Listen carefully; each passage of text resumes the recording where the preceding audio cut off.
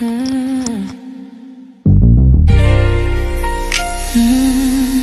100 degrees. Sip with me. I'll pour it hot, so hot.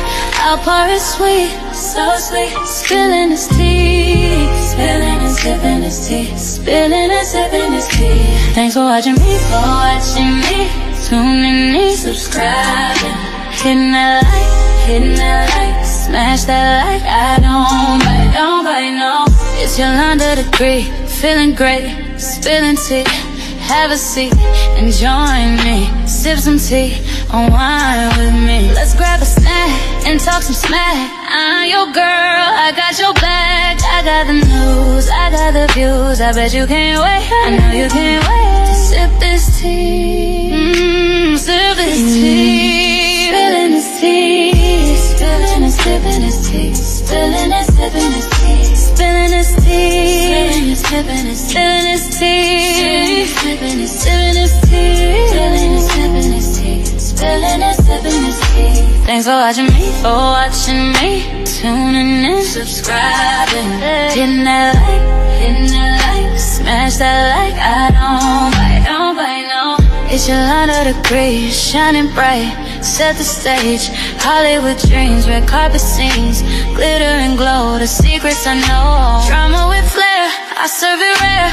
I got the scoop, I got the proof. I know you can't wait, so come and escape and sip this tea. Sip with me, spilling this tea, spilling and sipping this tea, spilling and sipping this tea, spilling this tea, spilling this tea, spilling this tea, spilling this tea, spilling and sipping this tea.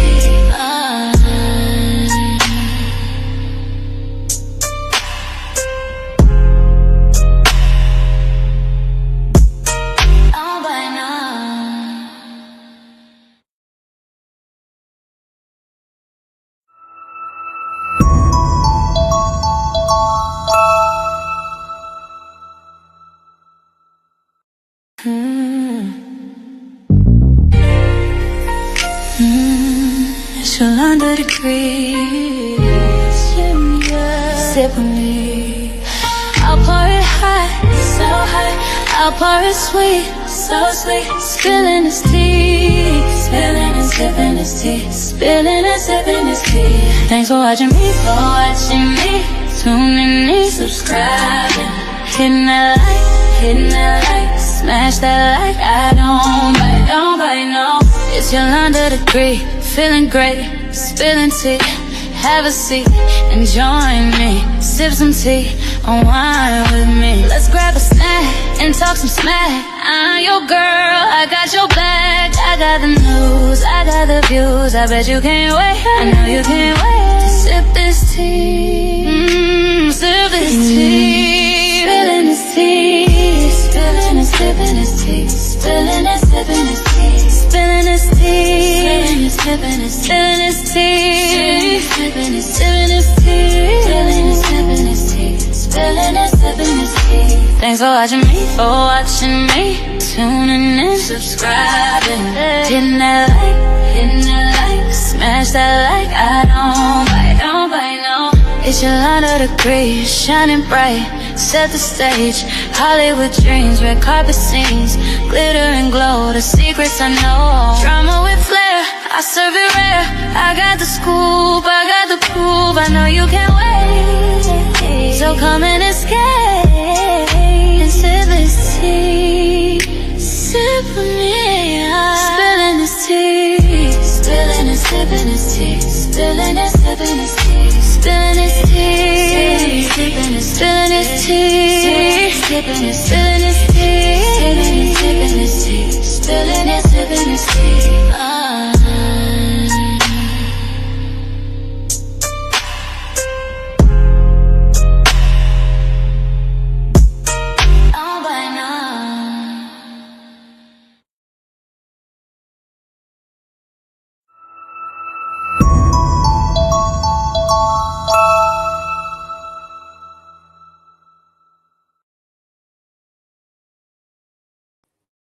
What's up, Diamond Gang? I'm back like I never left.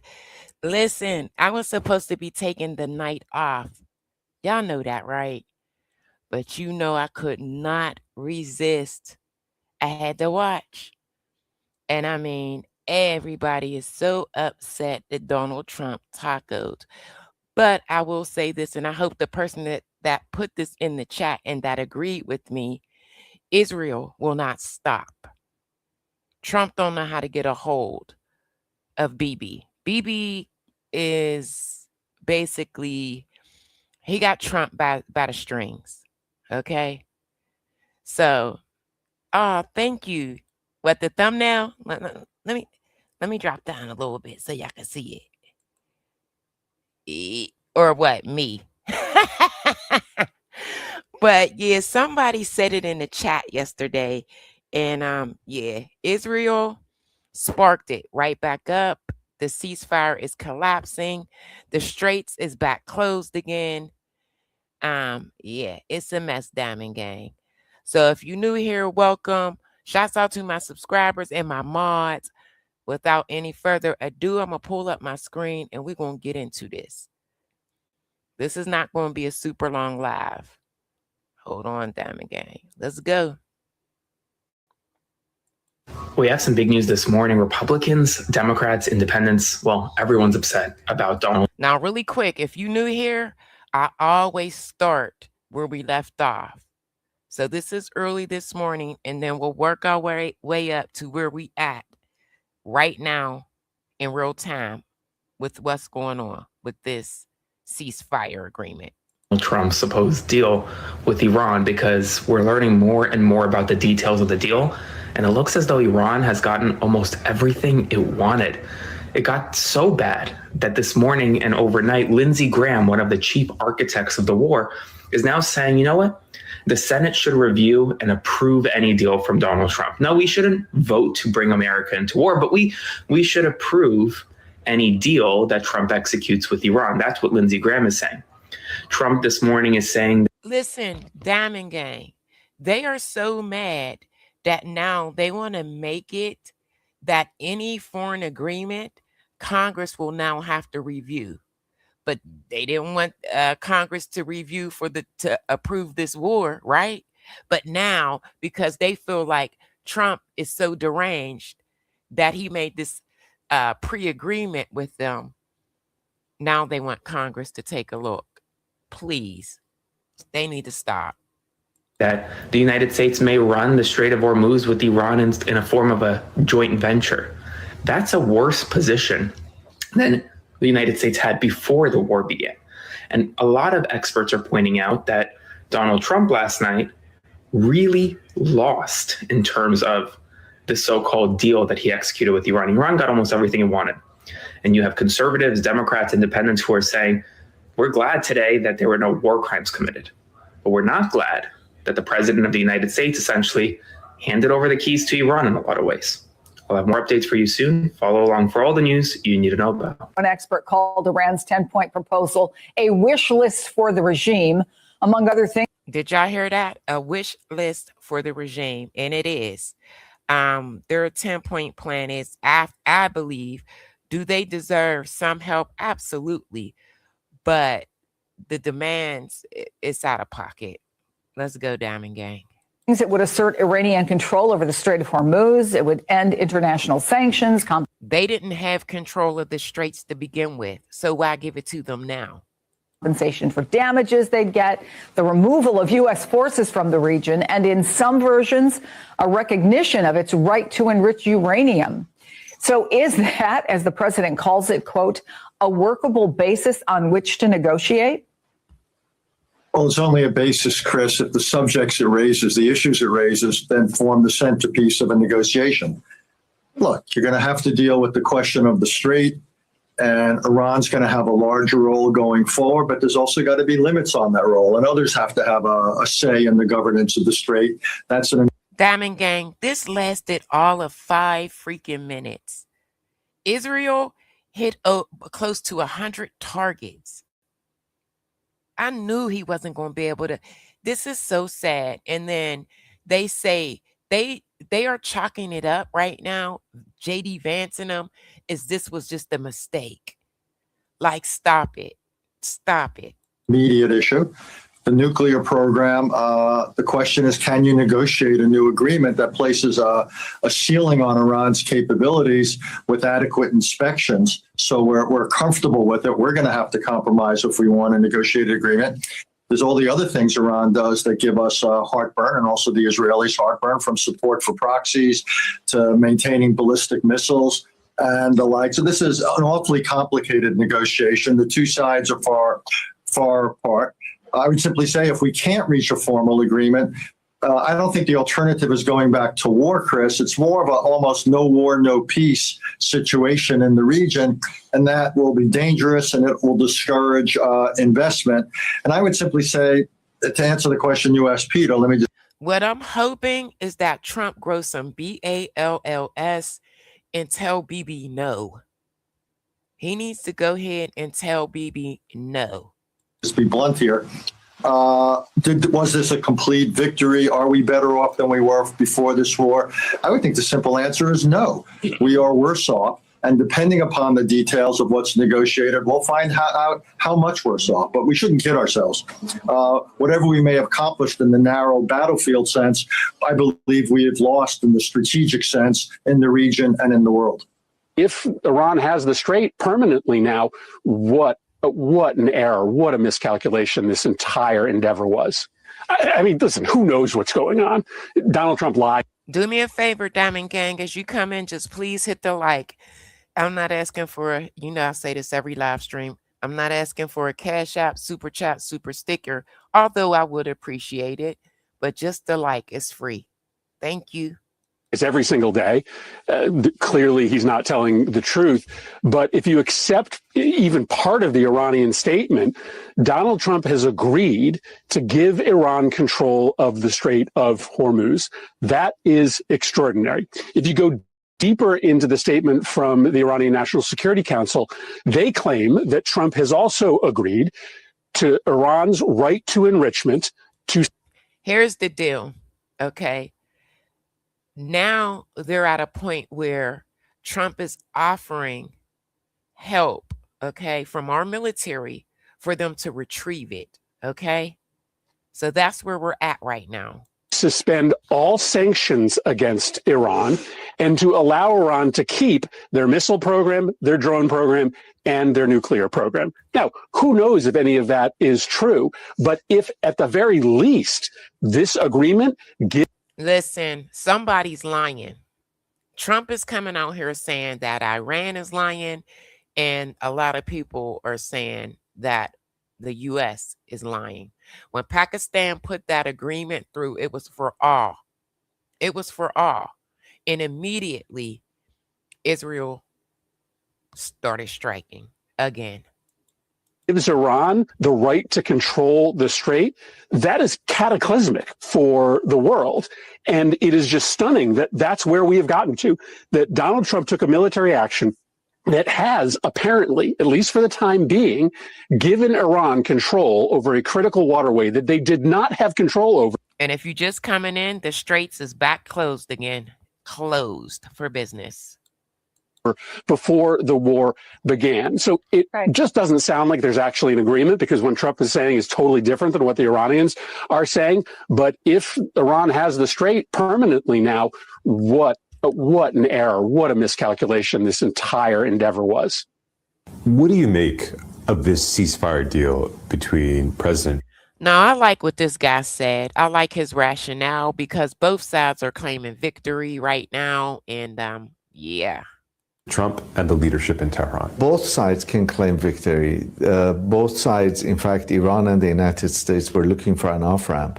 And it appears that this ceasefire agreement temporarily gives them that off-ramp. Tehran is claiming victory by having simply stood up to the United States and to Israel, two nuclear powers. And the United States can now say that we threatened them and they backed out. When you look at the U.S. 15-point plan compared to the Iranian 10-point plan, it does look like these are their most maximalist positions.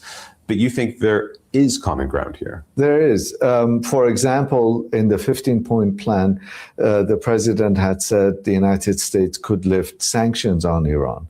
That's one of the primary demands of the Iranians. These are two powers that need each other, but over the course of the last 4 decades, 5 decades, in fact, there's been a lot of animosity between them. I agree with him.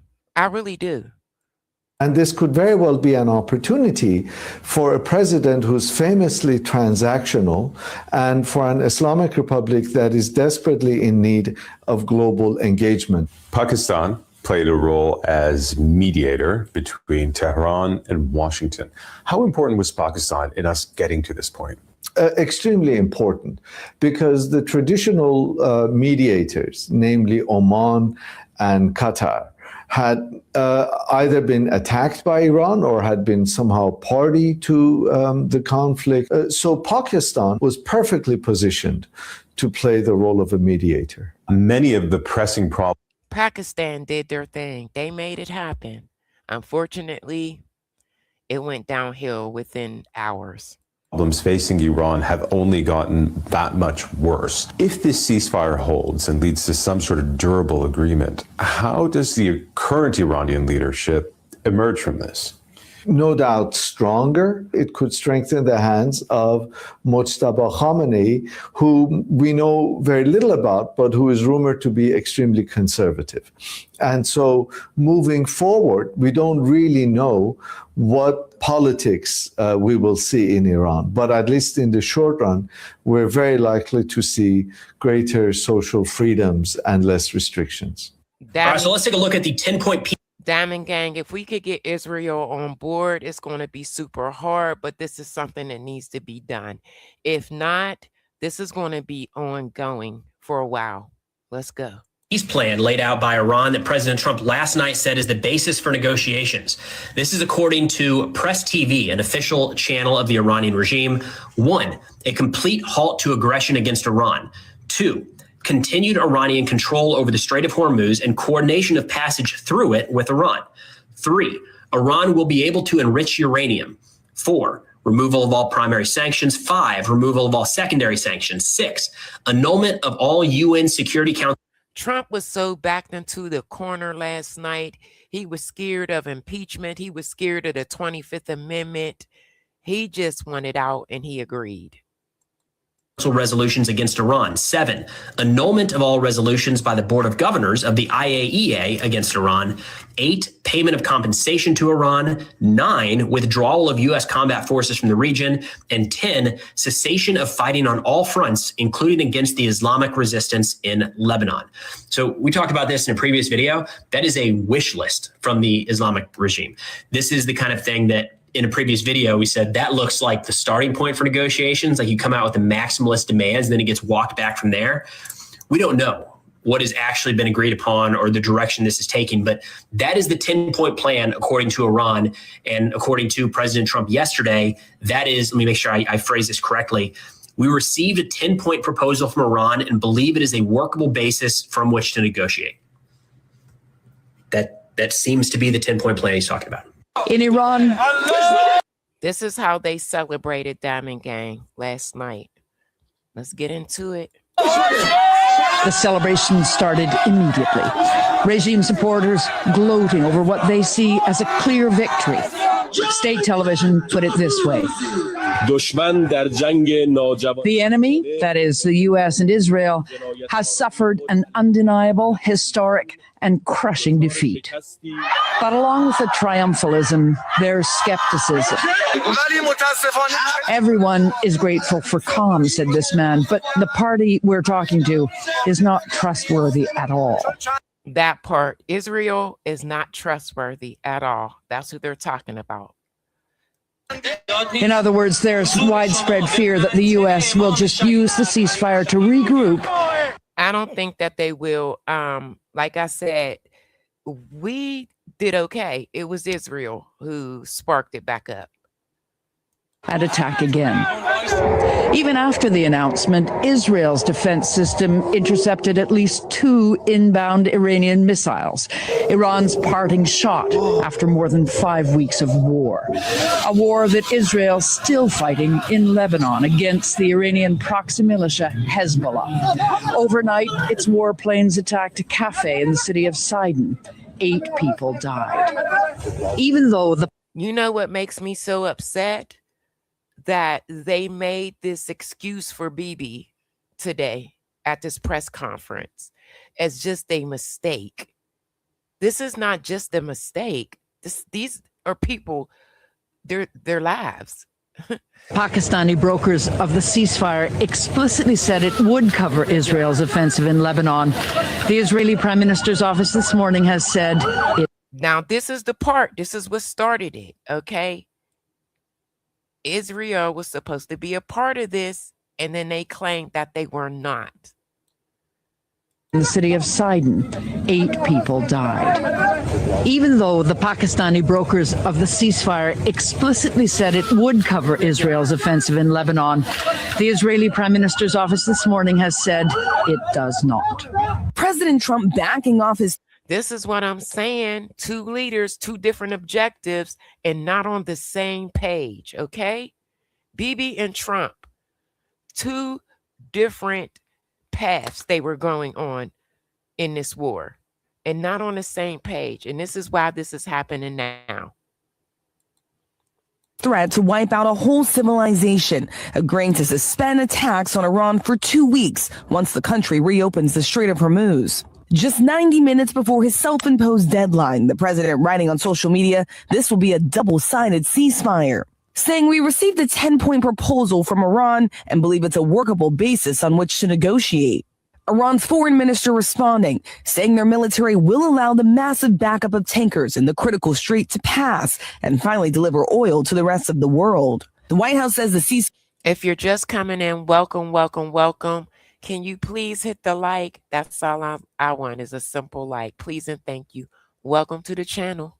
Fire won't go into effect until Iran reopens the strait, and it's unclear when that will happen. The president has been under immense pressure to find an off-ramp in the final hours before his deadline, delivering an ominous warning that a whole civilization will die if Iran does not make a deal. That extraordinary threat sent shockwaves around the world and prompted this rebuke by the first American pope. Attacks on civilian infrastructure is against international law, but that it is also a sign of the hatred, the division, the destruction the human being is capable of. Before the deal was reached, Republicans were largely silent on the president's threat, including House Speaker Mike Johnson and Senate Minority Leader John Thune. But a handful of GOP lawmakers did speak out. Alaska Senator Lisa Murkowski saying the president's threat cannot be excused away as an attempt to get. And I'm going to tell you guys right now, if he think because they put this temporary ceasefire together that they're still not going to be on his ASS, they are. They're not going to forget what he said. Gain leverage in negotiations with Iran.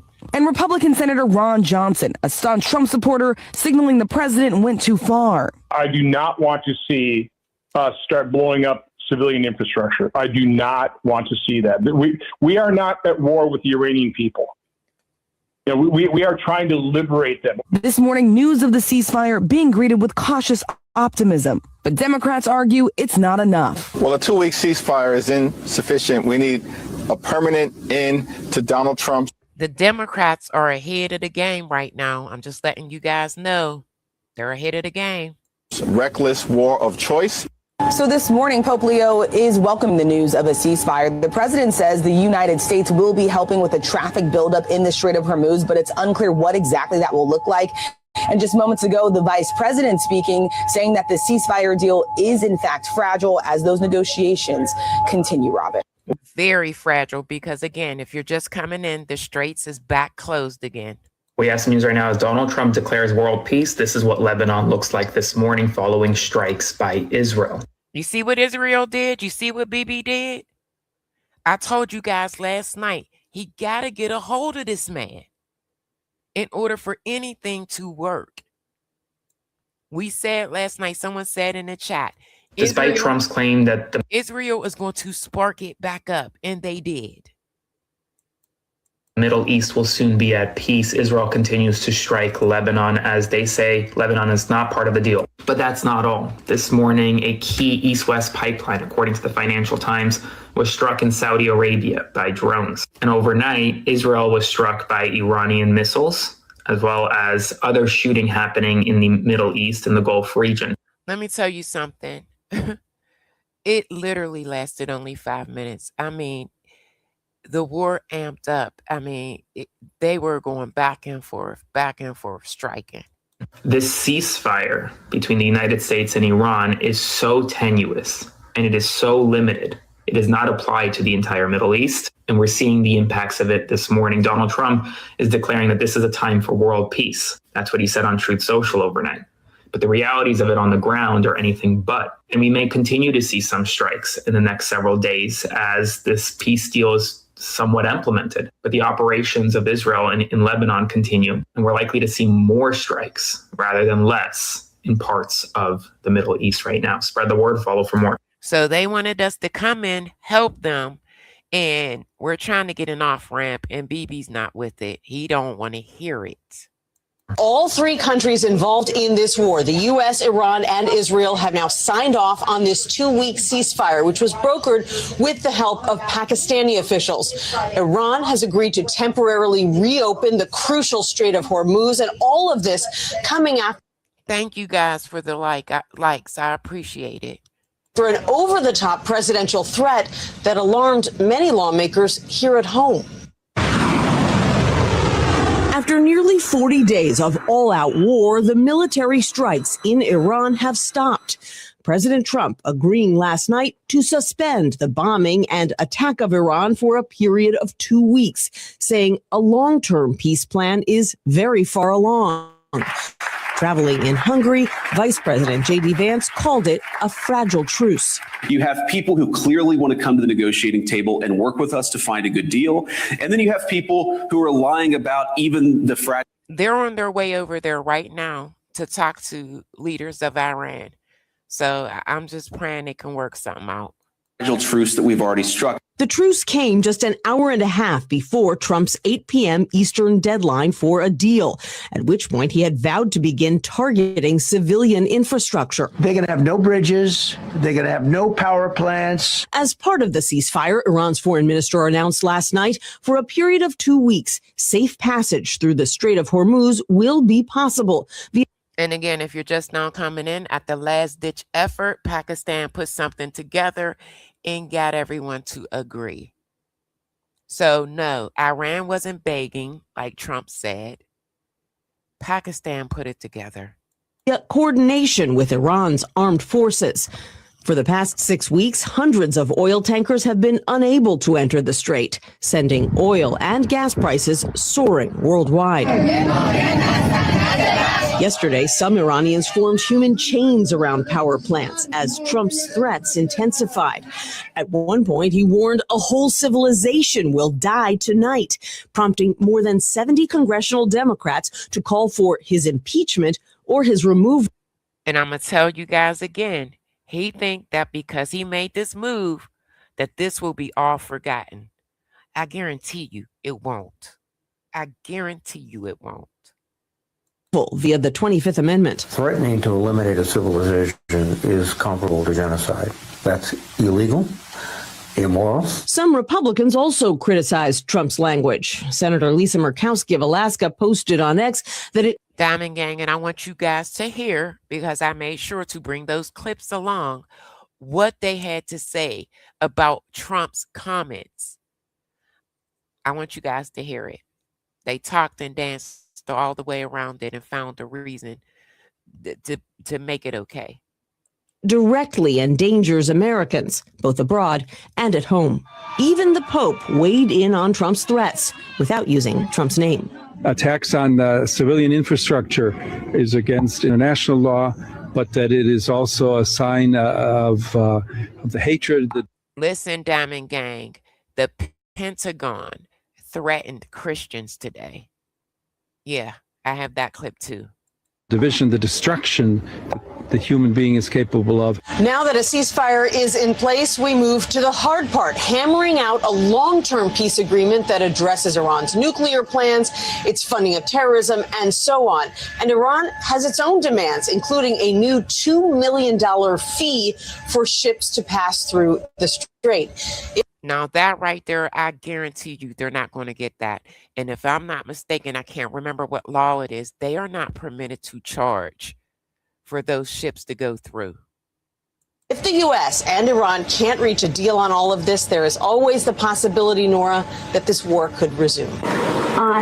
Iran has said that safe passage through the Strait of Hormuz will be possible in coordination with Iran's armed forces and, quote, technical limitations. What do you believe that means? And then we've also heard reports that Iran has continued striking targets well into this morning. At what point are we beyond a grace period? Are we giving them a grace period? Is there a miscommunication there? What's going on with that? What we know is that Iran is going to say a lot of things. A lot of people are going to say a lot of things, claim a lot of things. What has been agreed to, what's been stated, is the strait is open. Our military is watching. I'm sure their military is watching, but commerce will flow. And that's what you saw the markets react. And again, they had the upper hand and they closed it. He's talking like they're running things. We're still not running things. You guys heard. We are in a worse position. To is that reality. As far as shooting that, we were monitoring it last night in real time. Of course we are. Iran would be wise to find a way to get the carrier pigeon to their troops out in remote locations to know not to shoot any longer one-way attacks or missiles, because it takes time sometimes for ceasefire to take hold. We're watching it. We're prepared if necessary, but we hope and believe that it'll hold. Yes. Yesterday in the president's truth. Let me say this. International law does not allow them to legally charge tolls just for passing through the straits. They're not supposed to do that. Social, he threatened to wipe out a civilization. That statement elicited a huge response in America. If Iran did not come to the table and make a deal yesterday by the deadline, was the president really prepared to wipe out Iran? So you figure they're charging $2 million, okay, to pass through. Not only that, we lifted sanctions. We put them in a nice position, Diamond Gang. Entirely. Like I said, we had a target set locked and loaded of infrastructure, bridges, power plants. Remember, this is a terror regime, the military regime. And here he goes, still talking and still with this dumb rhetoric. Like yesterday morning, they were drawing up paperwork to impeach him. So why would you go on here saying the same BS? It makes no sense. They're not going to forget this either. Use all of these things for dual use to fund their military, to fund their terror campaigns. We had a lot of legitimate targets. They knew exactly the scope of. Diamond Gang, you hear how he said dual use? Because if it's dual use, military and civilian, then it wouldn't be considered. They can bomb it. But the lies, that's all I'm saying. What we were capable of. We hit some military targets on Karg, which is a bit of a signal. They can't defend it. And so Iran ultimately understood their ability, their future to produce, to generate power, to fuel their terrorist regime was in our hands, was in President Trump's hands. That's why they came to the table. He ultimately said, we can take it all from you. You hear him bragging? Bragging for what? We put them in a nice position. Your ability to export energy will be taken away. And the United States military has the ability to strike those things with impunity. That type of threat is what brought them to the place where they effectively say, hey, okay, we want to cut this deal. That is not true. Again, Pakistan brokered that. I don't know why they get up there with this. Donald Trump's ceasefire with Iran appears to be on the verge of collapse as missiles are still flying and Iran appears ready to back out. So this was Lebanon this morning after being attacked by what is apparently an Israeli airstrike. And this is obviously very frustrating for Iran because they're aligned with Hezbollah in Lebanon. And today, Saudi Arabia's oil pipeline to the Red Sea was attacked by a drone from Iran. So missiles are still very much flying. And Donald Trump was actually asked about Lebanon still being hit by journalist Liz Landers, who works for PBS. And his response was not encouraging. She asked about Lebanon still being hit. And he said, yeah, they were not included in the deal. I asked why. Bingo. He said they were not included in the deal. Last night they were. Last night they were. And again, they made up some poor, sorry excuse for Bibi, for Israel. Diamond Gang, I got over 300 people in the room with 42 likes. Can you please hit the like? Please and thank you. I don't care about a super chat, super sticker, none of that. Just the like to keep me in the algorithm. It takes me a lot of time, and I tie up most of my day preparing these clips to tell a story while neglecting my other content. I do celebrity gossip. Thank you. Not, and if they should have been, he said, because of Hezbollah, they were not included in the deal. That'll get taken care of too. It's all right. So does that mean more war? She asked if he's okay with the Israelis hitting them, and Trump said, it's part of the deal. Everyone knows that. No, everyone does not know that. And now Iran is threatening to back out of the talks altogether if Lebanon... Diamond Gang, I showed y'all. Last night, Israel was in that deal. Here they go again, telling another lie. Is not included in the deal, but the United States just said that they're not. So this is a major issue. It hasn't even been 24 hours yet, and Donald Trump's deal looks like it's about to collapse on itself. All right, so we have a ceasefire in the Middle East. Maybe. It's between the United States and Iran. Israel may or may not be included. Not clear at this point. Also, the ceasefire may have already been violated a couple times, and it might... And it was violated by Israel. Might not actually go into effect until the fighting stops, which it hasn't. Chaos is coming out of the Middle East today. Last night, President Trump, just before his deadline, said, subject to the Islamic Republic of Iran agreeing to complete, immediate, and safe opening of the Strait of Hormuz, I've agreed to suspend the bombing and attack of Iran for a period of 2 weeks. This will be a double-sided ceasefire. So notable there, the opening of the Strait of Hormuz was not and has not been an objective of the war laid out by the Pentagon or the White House at any point. That has taken center stage and now is the reason for the ceasefire. We will enter a ceasefire if you open the Strait of Hormuz. Now, the strait isn't open, all right? So Iran today has put out quite a few messages saying that they control the Strait of Hormuz. Now that right there, if you think that they were begging for a deal and they came to the table, do you believe that they would then close the straits again? This is what I'm saying. Why lie about it? Their Navy put out a message to all ships in the Persian Gulf saying, quote, you must receive permission from the Iranian Navy for passing through the strait. If any vessel tries to transit without permission, you will be destroyed. So the Iranian toll booth is now set up through the Strait of Hormuz. And the president referenced this 10-point Iranian peace plan as the basis for negotiation, saying this is the direction we're headed. We've already agreed on a lot. And this is kind of where we're starting from. Mark Levin, a radio host and strong advocate for the war and for the Trump administration, said, quote, these 10 points are an absolute disaster. And, you know, the 10 points. Pay attention, Diamond Gang. We lined them, well, potentially are lining Israel up to, Iran up to win-win and make big money. Allow Iran to continue enrichment of uranium. It has nothing about handing over their already enriched uranium. Doesn't discuss their missile program. Removes all sanctions against Iran. Compensates Iran for damages done. It's kind of an Iranian wish list, or an Iranian regime wish list. And according to President Trump's statement last night, that's what we're starting with. He said, quote, we received a 10-point proposal from Iran and believe it is a workable basis from which to negotiate. Almost all of the various points of contention have been agreed to between the United States and Iran, but a 2-week period will allow the agreement to be...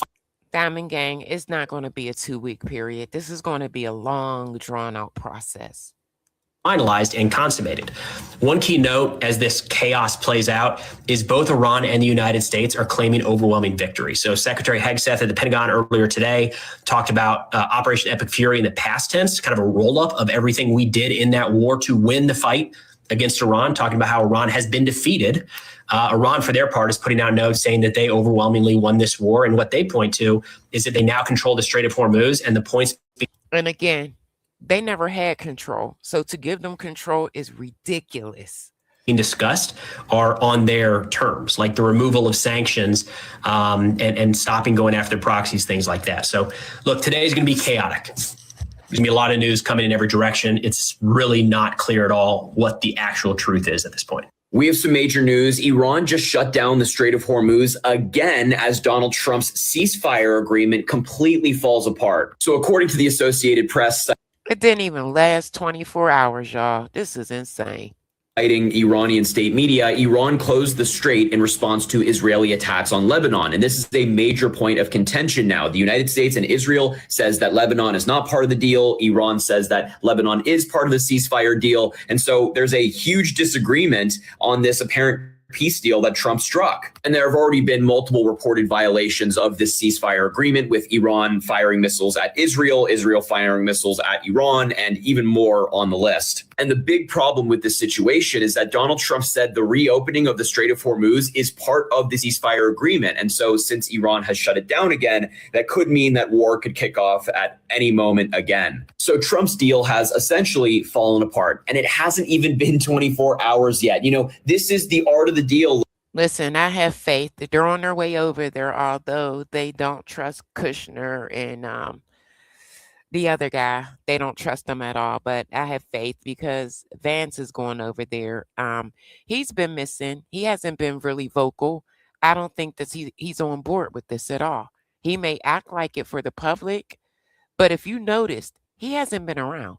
Ladies and gents, the master negotiator who can't get anything done. Trump has a major problem on his hands if he wants this ceasefire with Iran to last. Israel has not stopped bombing. They are bombing Lebanon. They are saying they are not included in the ceasefire, nor is Hezbollah. Iran says they are. But this is what happens. Again, Iran has been planning for this for over 47 years. Trump, maybe a few months. He hooked up with Bibi, and they have two different objectives going in. Are included in it. Now they are each trading strikes back and forth. Iran is striking the United Arab Emirates, Kuwait, destroying more desalination plants. Israel struck a funeral at a cemetery in Lebanon. Did y'all hear that? I'm going to bring it back. Israel struck a funeral, unaliving people. Unaliving people. And this is who Trump is bowing down to. Who got him in all of this mess and possibly facing impeachment or the 25th Amendment, whichever ones come first. Stopped bombing. They are bombing Lebanon. They are saying they are not included in the ceasefire, nor is Hezbollah. Iran says they are included in it. Now they are each trading strikes back and forth. Iran is striking the United Arab Emirates, Kuwait, destroying more desalination plants. Israel struck a funeral at a cemetery in Lebanon, killing at least 10 people at a funeral. Guys, this has to end. Trump has to do something to get Israel in check, or this ceasefire is... That part. He can't get Israel in check. He's not running the show when it comes to that. Bibi is known, again, to tell lies and draw other countries into war. And Trump was stupid enough to do it. Not going to last through the day at this point. It is in very serious jeopardy. Iran, due to this, has now closed the Strait of Hormuz. No traffic is moving through. So very, very serious stuff happening here. Trump wants this to end, wants out of it. That is clear. Israel seems to want to keep it going. Let me know what you think about this in the comments. Like, share, spread the word, follow, subscribe, and I'll see you. I bet you they didn't think of that last night when they were negotiating. Back here for the 411. We have some breaking news right now. Complete chaos over the alleged ceasefire between the United States and Iran. Iran says it is stopping any more ships from passing through the Strait of Hormuz, according to state TV, until Israel stops attacking Lebanon. But Trump says that Hezbollah and Lebanon were not part of the ceasefire. So complete just chaos right now. Pakistan's prime minister says that there are multiple And I bet you if that was made clear, Iran would have never agreed. Violations of the ceasefire already. Here's what Trump said. Hezbollah is not included in that deal. It's part of separate skirmish. Separate skirmish. That's what he told PBS. Pakistan's prime minister says violations of the ceasefire have already been reported today. And Iran is saying, well, no, attacking Lebanon was part of the deal. And we're not going to allow any more ships through the Strait of Hormuz until Israel stops attacking Lebanon. You would have thought. It's like, why do you, these people are very smart. This is insane. You say it last night and then this morning you're calling out something different. These lies, they have to stop. That this is something that they would have worked out before announcing this ceasefire, but I guess not. So spread the word. Things are going to change pretty quickly. I'll have another update for you soon. Follow along for all the news you need to know about. Even a former Israeli prime minister is calling this whole ceasefire situation a complete disaster and slamming Netanyahu for not accomplishing any of his goals. Look at this. He says there has never been such a political disaster in all of our history. Israel wasn't even at the table when discussions were made concerning the core of its national security. The military carried out everything that was asked of it. The public demonstrated amazing resilience, but Netanyahu failed politically, failed strategically, and didn't meet a single one of his goals that he set. Here's how the ceasefire is going so far. I don't know who called it out in my chat, but we said this last night. We said this was going to happen. There was a couple people that called it out in the chat last night. Iran still has full control over the Strait of Hormuz and has allowed for safe passage of vessels only if they coordinate directly with Iranian armed forces. But major shipping lines are still extremely cautious, saying they need more maritime certainty before resuming regular traffic. Meanwhile, missiles and drones are still flying all over the place. And by the way, the market done hella good today.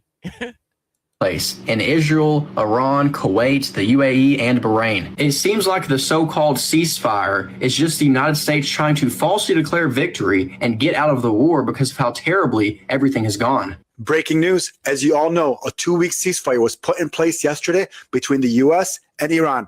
In line with that ceasefire, it was supposed to include all Arab states in the region. All Arab states. That's what it was last night. Along with a ceasefire between Israel and Lebanon and the reopening of the Strait of Hormuz. Then this morning, Israel decided to pummel Lebanon, bombing it over 100 times in just... Did y'all hear that? They bombed over 100 times. That is excessive. 10 minutes. They hit central Beirut, where there isn't a Hezbollah, along with South Lebanon, causing extensive damage in Sur and struck the Bekaa Valley. This was supposed to be a ceasefire, but this is what Israel does, sabotaging the peace deal at all costs. In response to Israel's attacks, Iran released a... We said Bibi was going to sabotage, and he did. Can I please get a couple more likes, please, and thank you. Statement saying the Strait of Hormuz is now closed again, and that they will withdraw from the ceasefire agreement if Israel continues to violate it. Iran's foreign minister Abbas Araghchi informed Pakistan, who moderated the peace agreement, that Iran will respond to these ceasefire violations. It's not looking good. Just when at the end of the day, they have a right to defend. They do. People were excited for some normalcy. This is what Israel does. In the video they released today, Israel is justifying these attacks in central Beirut, saying that Hezbollah have left their strongholds and are now in other areas of Beirut, so they are bombing. This is why this was a war of choice. We had no business going in at all for Israel. We had no business, and Trump knew that. His son-in-law convinced him. Bibi convinced him to do this. In those areas too. These are war crimes. Lebanon's Prime Minister Nawaf Salam seems to be sabotaging the deal as well by saying that no one has a right to negotiate a ceasefire for Lebanon except Lebanon itself. To me, this sounds like it's given legitimacy to Israel's war crimes of bombing Lebanon by saying that Iran's peace deal does not speak for us. This government is truly working for the enemy. How shameful. So far in Lebanon, just from today, hundreds are dead, more are wounded. This is not good. God be with the people of Lebanon, Palestine, and everyone who's living under the oppression of genocidal governments like Israel.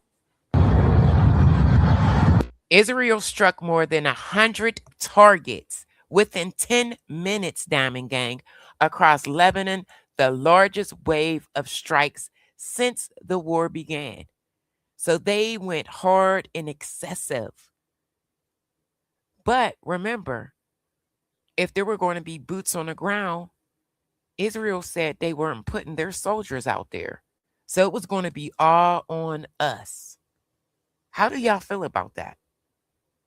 Please put it in the chat.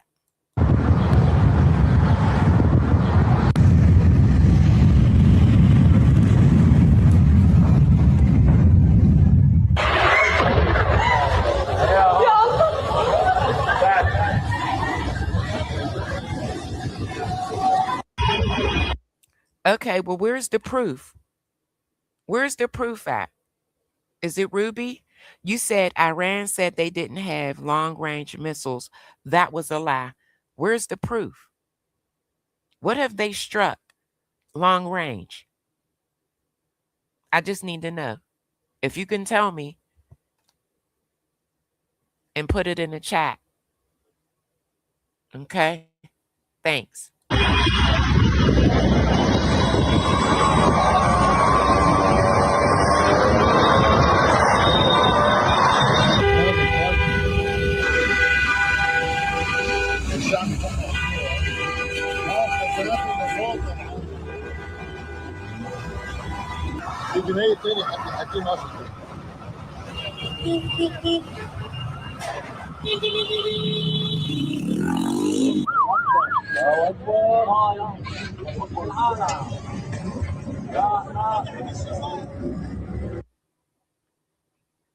These are the strikes. Hold on, Diamond Gang. We have news right now. Iran is back to mocking Donald Trump and the Trump administration hours after a ceasefire went into effect, a ceasefire that is actually now hanging on to its last thread because there is a lot of confusion, right? The United States and Israel says Lebanon is not involved in the ceasefire. Iran says Lebanon. Okay, a long-range missile is generally any missile that can strike targets beyond 3,000 kilometers. So you said 2,000. No, sweetie, it's 3,000, and they don't have it. That would be considered long range. Short range is 1,000. Medium range is 1,000 to 3,000. So they don't have that capability. Okay, let's go, Diamond Gang.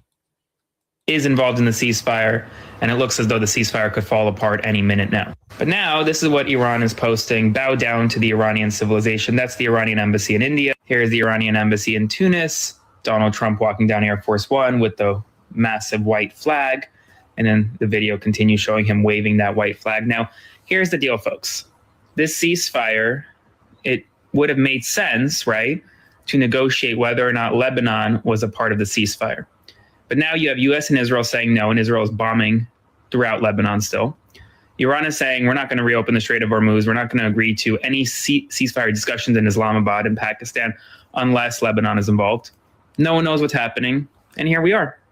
The art of the deal. Okay, you said let's break it down. That's over 5,500. That's what that is. Look it up. That's what I'm doing. Intercontinental is over 5,500. Again, where is the proof that they have it? That's all I'm saying.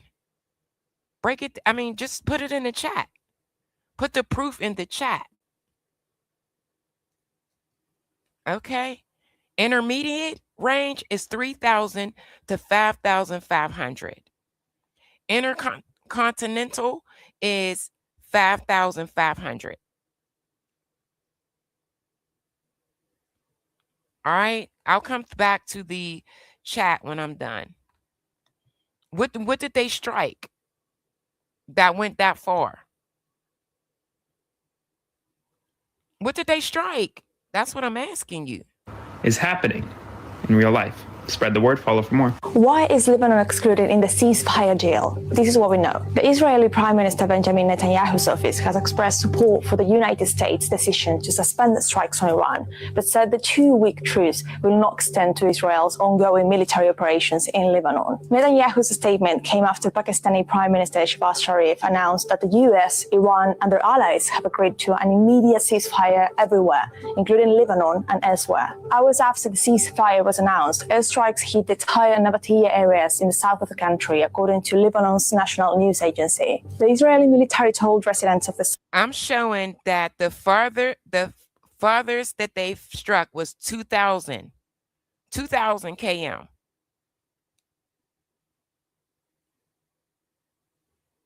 That's about it. Hold on. Wait. You might be right.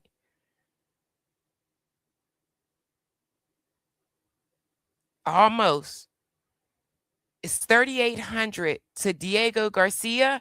It's 3,800 to 4,000. The missile didn't reach its target, though. But we'll get back to that. We'll get back to it, Ruby. That's the longest range strike Iran has ever attempted, and it didn't reach. It didn't reach southern suburbs of Beirut to flee, moments after announcing that its forces are continuing combat and ground operations against Hezbollah. The Lebanese army has urged displaced families to delay their return home to the south of the country, warning of ongoing Israeli attacks. According to Lebanese authorities, Israeli attacks have killed more than 1,500 people since March the 2nd and displaced more than 1.2 million. The Israeli military has also launched an invasion of southern Lebanon and said it aims to seize more territory for what it calls a buffer zone. The latest escalation, decades-long conflict between Hezbollah and Israel. Ruby, you done threw me off.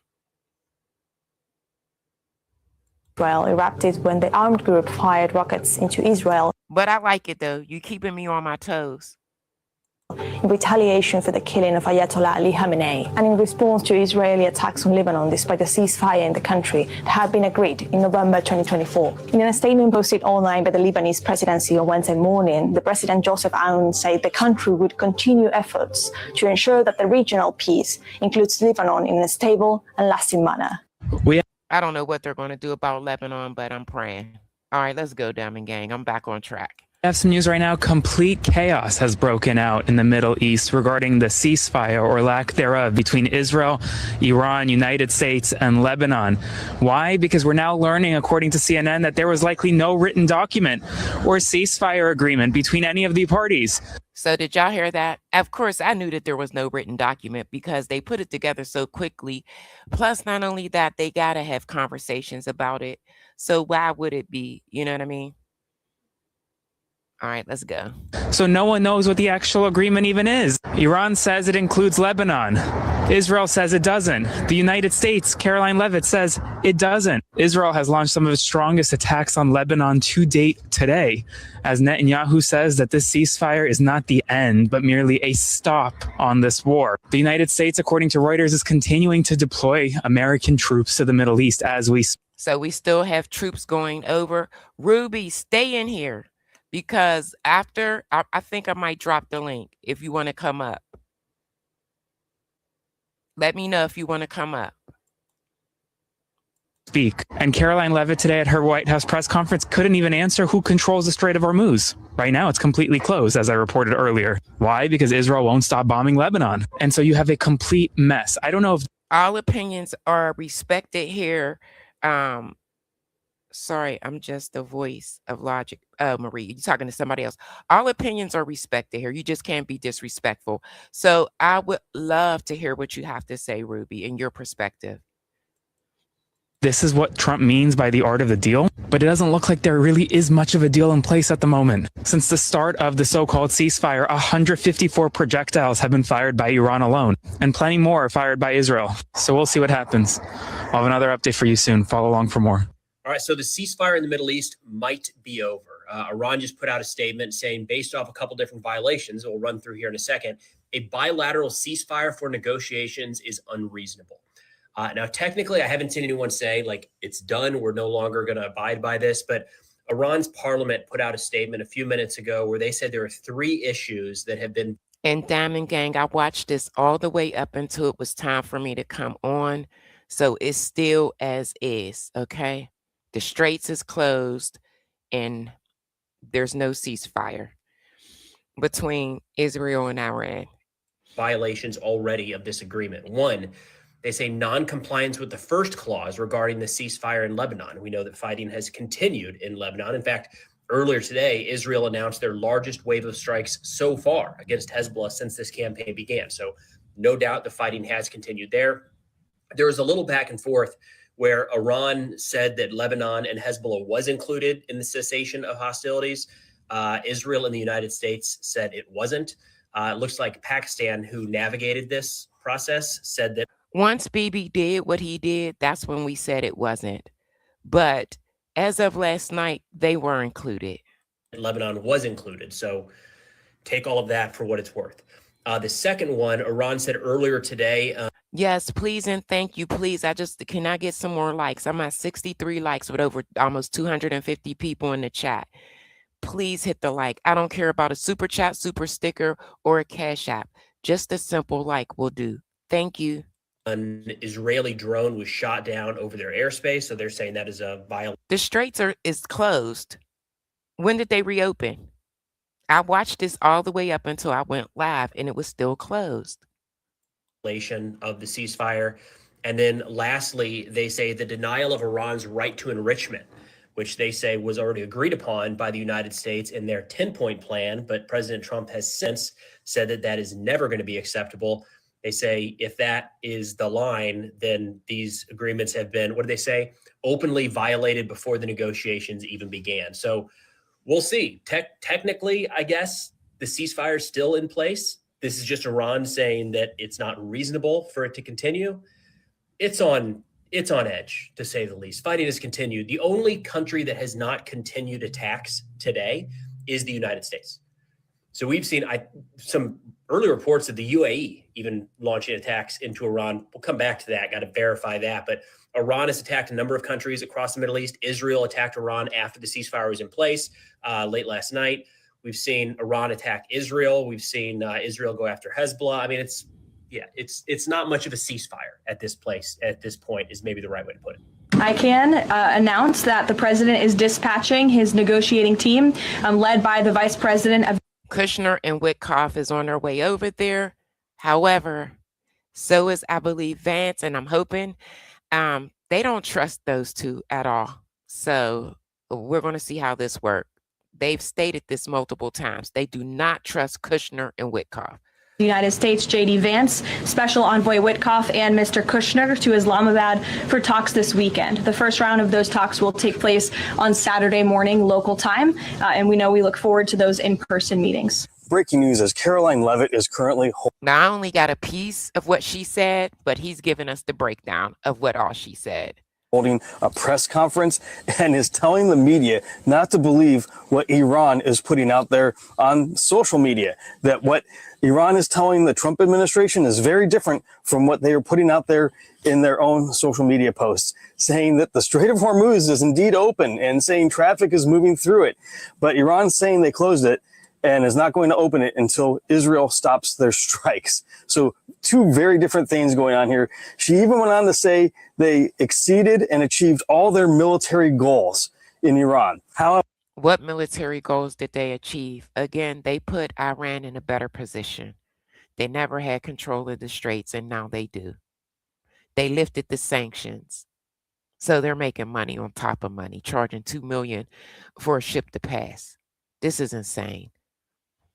However, all of the enriched uranium remains in Iran. Iran now controls the Strait of Hormuz. Before this war started, they did not have sole control over the strait. Now they have total control of it. They said they went into this to prevent the imminent threat, which was the nuclear threat. Well, we haven't seen any nuclear weapons. But let me say this, right before I came on, Trump said there is a big possibility that troops will help them obtain that uranium. So again, we will be over there for a good while. If you think they're coming home, they're not. no time soon.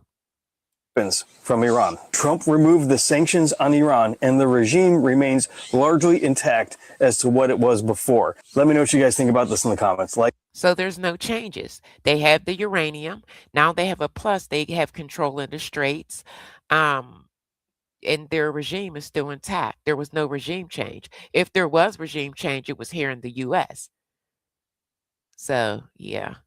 Share, spread the word, follow, subscribe, and I'll see you back here for the 411. Today, there is not peace. In fact, the country I'm in, the UAE, says it continues to take incoming fire from Iran, ballistic missiles, and drones. Kuwait reports the same. And the IRGC, the regime, is taking credit for allegedly attacking Israel and Saudi Arabia overnight. So it's... Ruby, you mad he tacoed? Everybody mad he tacoed. I mean, I don't like him, but I feel some type of way he tacoed. Seems like the American peace deal may include an agreement that the United States and Iran will stop attacking each other. But so far, there's no indication that Iran is going to stop launching missiles and drones at countries here in the Gulf. So one of the big questions is, when this final agreement is reached, whether, it's put in writing or... They need to sit down with Bibi. They need to sit down with Israel. We went into this with Israel. Sit down with them. Get a hold of them. It's verbally agreed upon between the United States and Iran. Will that include these Gulf countries, that have been taking incoming fire? There seems to be a disagreement about whether Lebanon was included in this proposal. And the Speaker of the Parliament, who you're going to sit across from the table from in Islamabad, has just said that he thinks negotiations would be unreasonable while that war is ongoing. So would you ask Israel to hold off strikes to allow some space for these talks? Well, first of all, I know there's been some conversations between the Israelis and the leadership of our country today. I haven't been involved in that because I've been busy doing stuff in Hungary. I'm actually supposed to get an update when I get on the plane. But let me say a couple things. First of all, I actually think, and there's a lot of bad faith negotiation and a lot of bad faith, propaganda going on. I think this comes from a legitimate misunderstanding. I think the Iranians... That is their excuse. Did you pay attention to what he said? Let me take it back a little bit, because after this is a second video. This is his excuse. From in Islamabad has just said that he thinks negotiations would be unreasonable while that war is ongoing. So would you ask Israel to hold off strikes to allow some space for these talks? Well, first of all, I know there's been some conversations between the Israelis and the leadership of our country today. I haven't been involved in that because I've been busy doing stuff in Hungary. I'm actually supposed to get an update when I get on the plane. But let me say a couple things. First of all, I actually think, and there's a lot of bad faith negotiation and a lot of bad faith propaganda going on. I think this comes from a legitimate misunderstanding. I think the Iranians thought that the ceasefire included Lebanon. They said it did last night. This is crazy, the lies. They said it did last night. I promise you. And it just didn't. We never made that promise. We never indicated that was going to be the case. What we said is that the ceasefire would be focused on Iran, and the ceasefire would be focused. What we need is someone from Pakistan to stand up and say, the guy to put this together, because they brokered this deal. They brought the two together. On America's allies, both Israel and the Gulf Arab states. Now, that said, the Israelis, as I understand it, again, I'm supposed to get a fuller report when I get on the plane, have actually offered to be, frankly, to check themselves a little bit in Lebanon because they want to make sure that our negotiation is successful. That's not because that is part of the ceasefire. I think that's the Israelis trying to set us up for success, and we'll, of course, see. What? That's the Israelis trying to keep us involved. Diamond Gang, I got 500 people in the building. Could I get at least 100 likes? I'm at 76 likes. I don't care about a Cash App, Super Chat, Super Sticker. Just a like will do. Please and thank you. How that unfolds in the next few days. But look, if Iran wants to let this negotiation fall apart in a conflict where they were getting hammered over Lebanon, which has nothing to do with them and which the United States never once said was part of the ceasefire, that's all. That is a lie. Ultimately their choice. We think that would be dumb, but that's their choice. All right, Diamond Gang, we're going to get into the second video. Let me pull it up. I cannot believe he told that lie. They clearly plainly said that. トランプ always チキンズアウト。トランプ always チキンズアウ Y'all ト。 didn't see that? They was messing with him all day. Let me go back. Now, as He you can said Trump always taco, always chicken out. トランプ always チキンズアウト。トランプ always チキンズアウト。 Megyn Kelly turns on Trump, and I mean, she went crazy. Let's go, Diamond Gang. Now, as you can imagine, that post did not go over well with the Iranians or with many Americans. I mean, I don't know about you, but I am sick of this shit. I'm sick of it. Can't he just behave like a normal human? I mean, honestly, like the president, 3D chess, shut up. Fucking shut up about that shit. You don't threaten to. She crashed out, y'all. She was big on Trump. Wipe out an entire civilization. We're talking about civilians just casually in a social media post. You know, like I am the first to try to understand Trump and his strategy and to not freak out over his weird social media posts and language that is loose and incendiary. Truly, I've lived with it for 10 plus years. I learned it the hard way when I was on the receiving end of it for 9 months. And truly, I think that was a gift to me in many ways because it helped me really come to understand what he does with his social media. But this is completely irresponsible and disgusting. This is wrong. It's wrong. He should not be doing it. I don't care that it's his negotiation tactic is to kill an entire country. Diamond Gang, get me to 100. I need 11 more likes, please. And thank you. Full of civilians, men, women, and children. An American president so that the Strait of Hormuz will be opened. It's just wrong. It's not hard to say it. It's not hard to recognize it. I wish he would stop doing this. Like, he can't negotiate without doing this. What does that say about him? What does that say about the Diamond Gang, I didn't say it. Megan is saying it. The position that our country is in right now in these negotiations? He's got to say this. He can't be a dignified, strong leader without threatening a bunch of war crimes. He's like, what is he, Genghis Khan? Like, what is he trying to do? And why can't he do it with strength, threats? Sure, go for it. That don't diminish and demean the United States of America in this way. That part, and that's all I was saying. He put a huge stain on the U.S., a disdain, a nasty taste in other countries' mouths when they say our name. For real. Okay. All right. The Wall Street Journal. It's absolutely essential that we ensure that the Israelis do not. Now, listen, he said this yesterday. And a lot of people said this yesterday. We got to get a hold of Israel. Sabotage this 2-week ceasefire or eventually the lasting peace that we're trying to achieve with the Iranians. We're on the. I showed you a video of Iran basically saying that this was going to happen. Cusp of being able to have the Strait of Hormuz reopened to hopefully start to get the world energy supply and commerce back online. The last thing we need is the Israelis doing what they have done in past negotiations and targeting the negotiators or taking a series of strikes that escalates the conflict. In order to ensure that we can restrain the Israelis, we actually. That's our problem.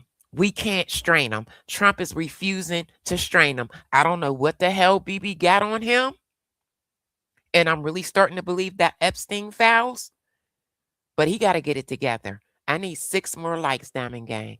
We have to start removing features of the military support that we give to them. We have to take away enough from them that they simply cannot go on the offense, that they're using all their military capabilities that we provide for them and that they have organically for the defense of their country and not for offensive operations inside of Iran. It's absolutely critical that we take this step and don't just take Israel's word for it, that they agree to this ceasefire simply because they have a very... So I'm telling you guys, that is a lie when they say that they were not a part of that deal. They were. very bad track record of adhering to these deals. So a temporary ceasefire has been agreed, but what has the US actually achieved? In the short term, one of the... Thank you, Diamond Gang. Shouts out to y'all. I'm at 103. I appreciate each and every one of you that hit the like. Things it wanted, the reopening of that important shipping route, the Strait of Hormuz, has been agreed. But that was a benefit that existed before this war even started. Iran closed the Strait of Hormuz to have leverage after it came under attack by the US and Israel. The US is also claiming victory in this war, with Donald Trump and his Defense Secretary Pete Hegseth saying that they've achieved all their military... I want someone to explain to me in the chat, what did we win? What did we win? Truly. Nothing. Objectives, including severely depleting Iran's military capabilities. The US is also saying that it has achieved regime change, but if you speak to Iranians, they wouldn't agree that that's the case. They say the same regime is in power, the son of the former Ayatollah is now running the country, and if anything, they say it's more hardline. Iran and the US are now also going to be negotiating on things that Iran would like as well, things like lifting sanctions on Iran, an end to this conflict in Iran, but other conflicts in the region too, financial compensation for the damage that's been done during this war, and discussions on whether or not Iran can control the Strait of Hormuz going forward. Iran has agreed not to pursue a nuclear weapon too, but that was always its position publicly. It's not clear if the US and Iran will agree on all these points, so we could be back to the same place we were before the ceasefire started in 2 weeks. And we are almost there. Israeli military launched what it said were 100 airstrikes at multiple 100 strikes in 10 minutes, and she's in the middle of it. locations across Lebanon within the span of 10 minutes. I am on the scene of one of them in central Beirut. These strikes, I must stress, they came without warning. They came at a moment of confusion across Lebanon as to whether the regional ceasefire applied here. We had, statements from the Pakistani Prime Minister. Pakistan had been key to the negotiations between the US and Iran, saying that it did apply. And then at 6 a.m. local time, we had the Israeli Prime Minister. Bingo. She said Pakistan said that it did apply. So it did last night. Saying that no, the ceasefire did not apply here in Lebanon, and the Israeli military has made that abundantly clear this afternoon. This is one of the most devastating days of the war in Lebanon. We are having mass casualty events declared at multiple hospitals. Authorities here are calling for doctors, nurses, with anyone with medical experience to go to the locations. This one here in central Beirut, the devastation is extraordinary. Okay, I apologize.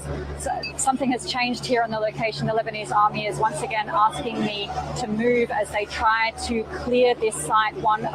You got to give it to these reporters to be in the midst of that, to see the chaos, to risk their lives. Shouts out to them. Multiple across Beirut, where the Israeli army has destroyed buildings, residential towers. We don't yet know the death toll here in Beirut, but it is sure to be. It's just being revealed that Israel was not part of the ceasefire negotiations, and they're not happy about the terms at all, which is why today they carried out one of the most ruthless attacks on Lebanon to date, taking over 200 people's lives and injuring over 1,000. Mediators tell the Wall Street Journal the extent of the consultation was President Trump telling Netanyahu shortly before the ceasefire was announced. Israeli officials, of course, weren't happy with the terms, including the planned inclusion of Lebanon in the... They got so mad that they struck them. They struck them hard. agreement. So this morning, Netanyahu said the deal does not include Lebanon, contradicting an earlier statement by Pakistan. Now the ceasefire is on the verge of collapsing, with Iran's foreign minister saying the... And we made up an excuse. We made up an excuse. We then backtracked and lied for Israel. This is insane. Iran-U.S. ceasefire terms are clear and explicit. The U.S. must choose ceasefire or continued war via Israel. It cannot have both. Now it's been confirmed that 254 people lost their lives in these Israeli strikes today, and over 1,000 were wounded. To make things even worse, the Israeli military codenamed these attacks Operation Eternal Darkness, and they were described as the most intensive aerial assault on Lebanon to date. It's pretty obvious at this point in the war, there's only one country out of the United States, Israel, and Iran that doesn't want peace. So despite there being a ceasefire, Israel has carried out a massive attack in Lebanon, 100 strikes in 10 minutes. Diamond Gang, I've been saying this since I've started this. Bibi is a liar. He has dragged many countries into drama based off of lies. In Beirut, people in Beirut say the entire city was shaking, at least 80 killed at this point, probably many more. Meanwhile, Israel and now Trump, in a phone call with a reporter, are saying that, in fact, even though Hezbollah has agreed to the ceasefire, Lebanon does not count and Israel is allowed to continue bombing Lebanon. However, Pakistan was the mediator that the United States asked to put out the statement that settled this for 2 weeks. Let me read from... Pay attention, Diamond Gang. I got this clip specifically to prove to you guys that they are lying. Prime Minister Shehbaz Sharif's statement from last night at 7:50 p.m. Eastern. With the greatest humility, I am pleased to announce that the Islamic Republic of Iran and the United States of America, along with their allies, have agreed to an immediate ceasefire everywhere, including Lebanon and elsewhere, effective. But this is what happens when you decide to engage in war with two different objectives and no plan B. You understand? This is what happens. Immediately. This is from the Pakistanis, who the U.S. hired to do this and instructed them how to do it. We know that because they accidentally, in one of their previous tweets, left in obvious language that showed that the U.S. had actually sent them something to post earlier. So the U.S. claimed that Lebanon was included in this, and that... Diamond Gang, we got popped in a lie. We got popped in a lie. Let me take it back. They had a statement from us. We made this statement. And then we backtracked and lied for Israel. And we doubled down on that lie. Let's go. Everywhere, including Lebanon and elsewhere, effective immediately. This is from the Pakistanis, who the U.S. hired to do this and instructed them how to do it. We instructed them how to do it. We put that statement out. We know that because they accidentally, in one of their previous tweets, left in obvious language that showed that the U.S. had actually sent them something to post earlier. So the U.S. claimed that Lebanon was included in this and that the U.S. and its allies had agreed to this. Israel is now bombing Lebanon. Iran has responded by saying, okay, Strait of Hormuz, it's closed again. They let through 2 ships. Now it's closed again. Has there ever been a more duplicitous pair of governments than the United States and Israel? How do you make a deal with countries that say one thing on a Tuesday night and then go on to massacre people the next day, pretending as if they didn't say that thing? Bingo, we got popped. That's it, that's all. Benjamin Netanyahu stood before the state of Israel and will try to sell you the idea that the campaign in Iran was a success. That would be a complete lie. The army did an amazing job. The best air force in the world carried out everything it was asked to do and more. The people of Israel showed national resilience and determination. We inflicted heavy damage on Iran. Precisely because of that, the total failure stands out even more. What happened here is a diplomatic disaster on a scale I don't remember. I was prime minister. I was foreign minister. I don't recall such a diplomatic collapse. An American proposal for a ceasefire. If not, what was the alternative, in your view, in the situation that arose? Israel had no influence over the agreement that was signed last night between the United States and Iran, mediated by Pakistan. You hear that? They're mad. They are mad. Let's go. They will try to sell you the idea that we influenced things behind the scenes, that we were consulted, that there were late-night talks and secret meetings. Know this. Those are empty lies. So what they're saying is they never agreed. They had no conversations, and this is lies. But again, Diamond Gang, this is what happened when you decide to enter a war with your allies with two different objectives going in without a plan B. A ceasefire with Iran will not include Hezbollah. בת-שבועיים בין ארצות הברית לבין איראן, בתיאום מלא עם ישראל. לא, הם לא הפתיעו אותנו ברגע האחרון. עכשיו אני מבקש להדגיש.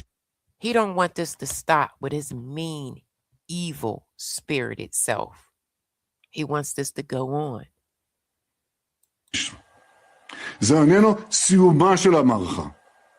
זו תחנה בדרך להשגת כל היעדים שלנו. The ceasefire with Iran will not include Hezbollah. היום הנחתנו על חיזבאללה את המכה הגדולה ביותר שהוא ספג מאז הביפרים. תקפנו 100 מטרות ב10 דקות, במקומות שחיזבאללה היה בטוח שהם חסינים. We said this last night, he was going to do this. יש לנו עוד יעדים להשלים, ואנחנו נשיג אותם, או בהסכמה, או בחידוש הלחימה. I have no idea how Trump is going to get away from this man, but it's going to be hella hard to do. I don't know what this man got over on Trump, but it is going to be hard for us to get away from. כי אנחנו ערוכים לחזור ללחימה בכל רגע שידרש. האצבע על ההדק. איראן נכנסת למשא ומתן הזה כשהיא מוכה, כשהיא חלשה מאי פעם. היא התחייבה לפתוח את מצרי הורמוז לאחר... In this war, they have done many things. They lied on us, said that we approved strikes that we didn't. They've lied on us. שהיא ויתרה על כל התנאים המקדימים שהיא הציבה. היא ויתרה על ביטול הסנקציות, קבלת פיצויים, סיום סופי של המלחמה, וגם הפסקת אש בלבנון. It is threatening the whole pause in fighting and long-term ceasefire, given the fact that this was part of Iran's 10-point plan that was supposedly agreed to by both parties, the United States and Iran.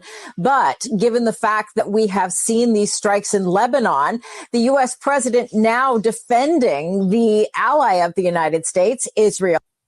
Again, he backtracked and doubled down on his lie in front of the whole world.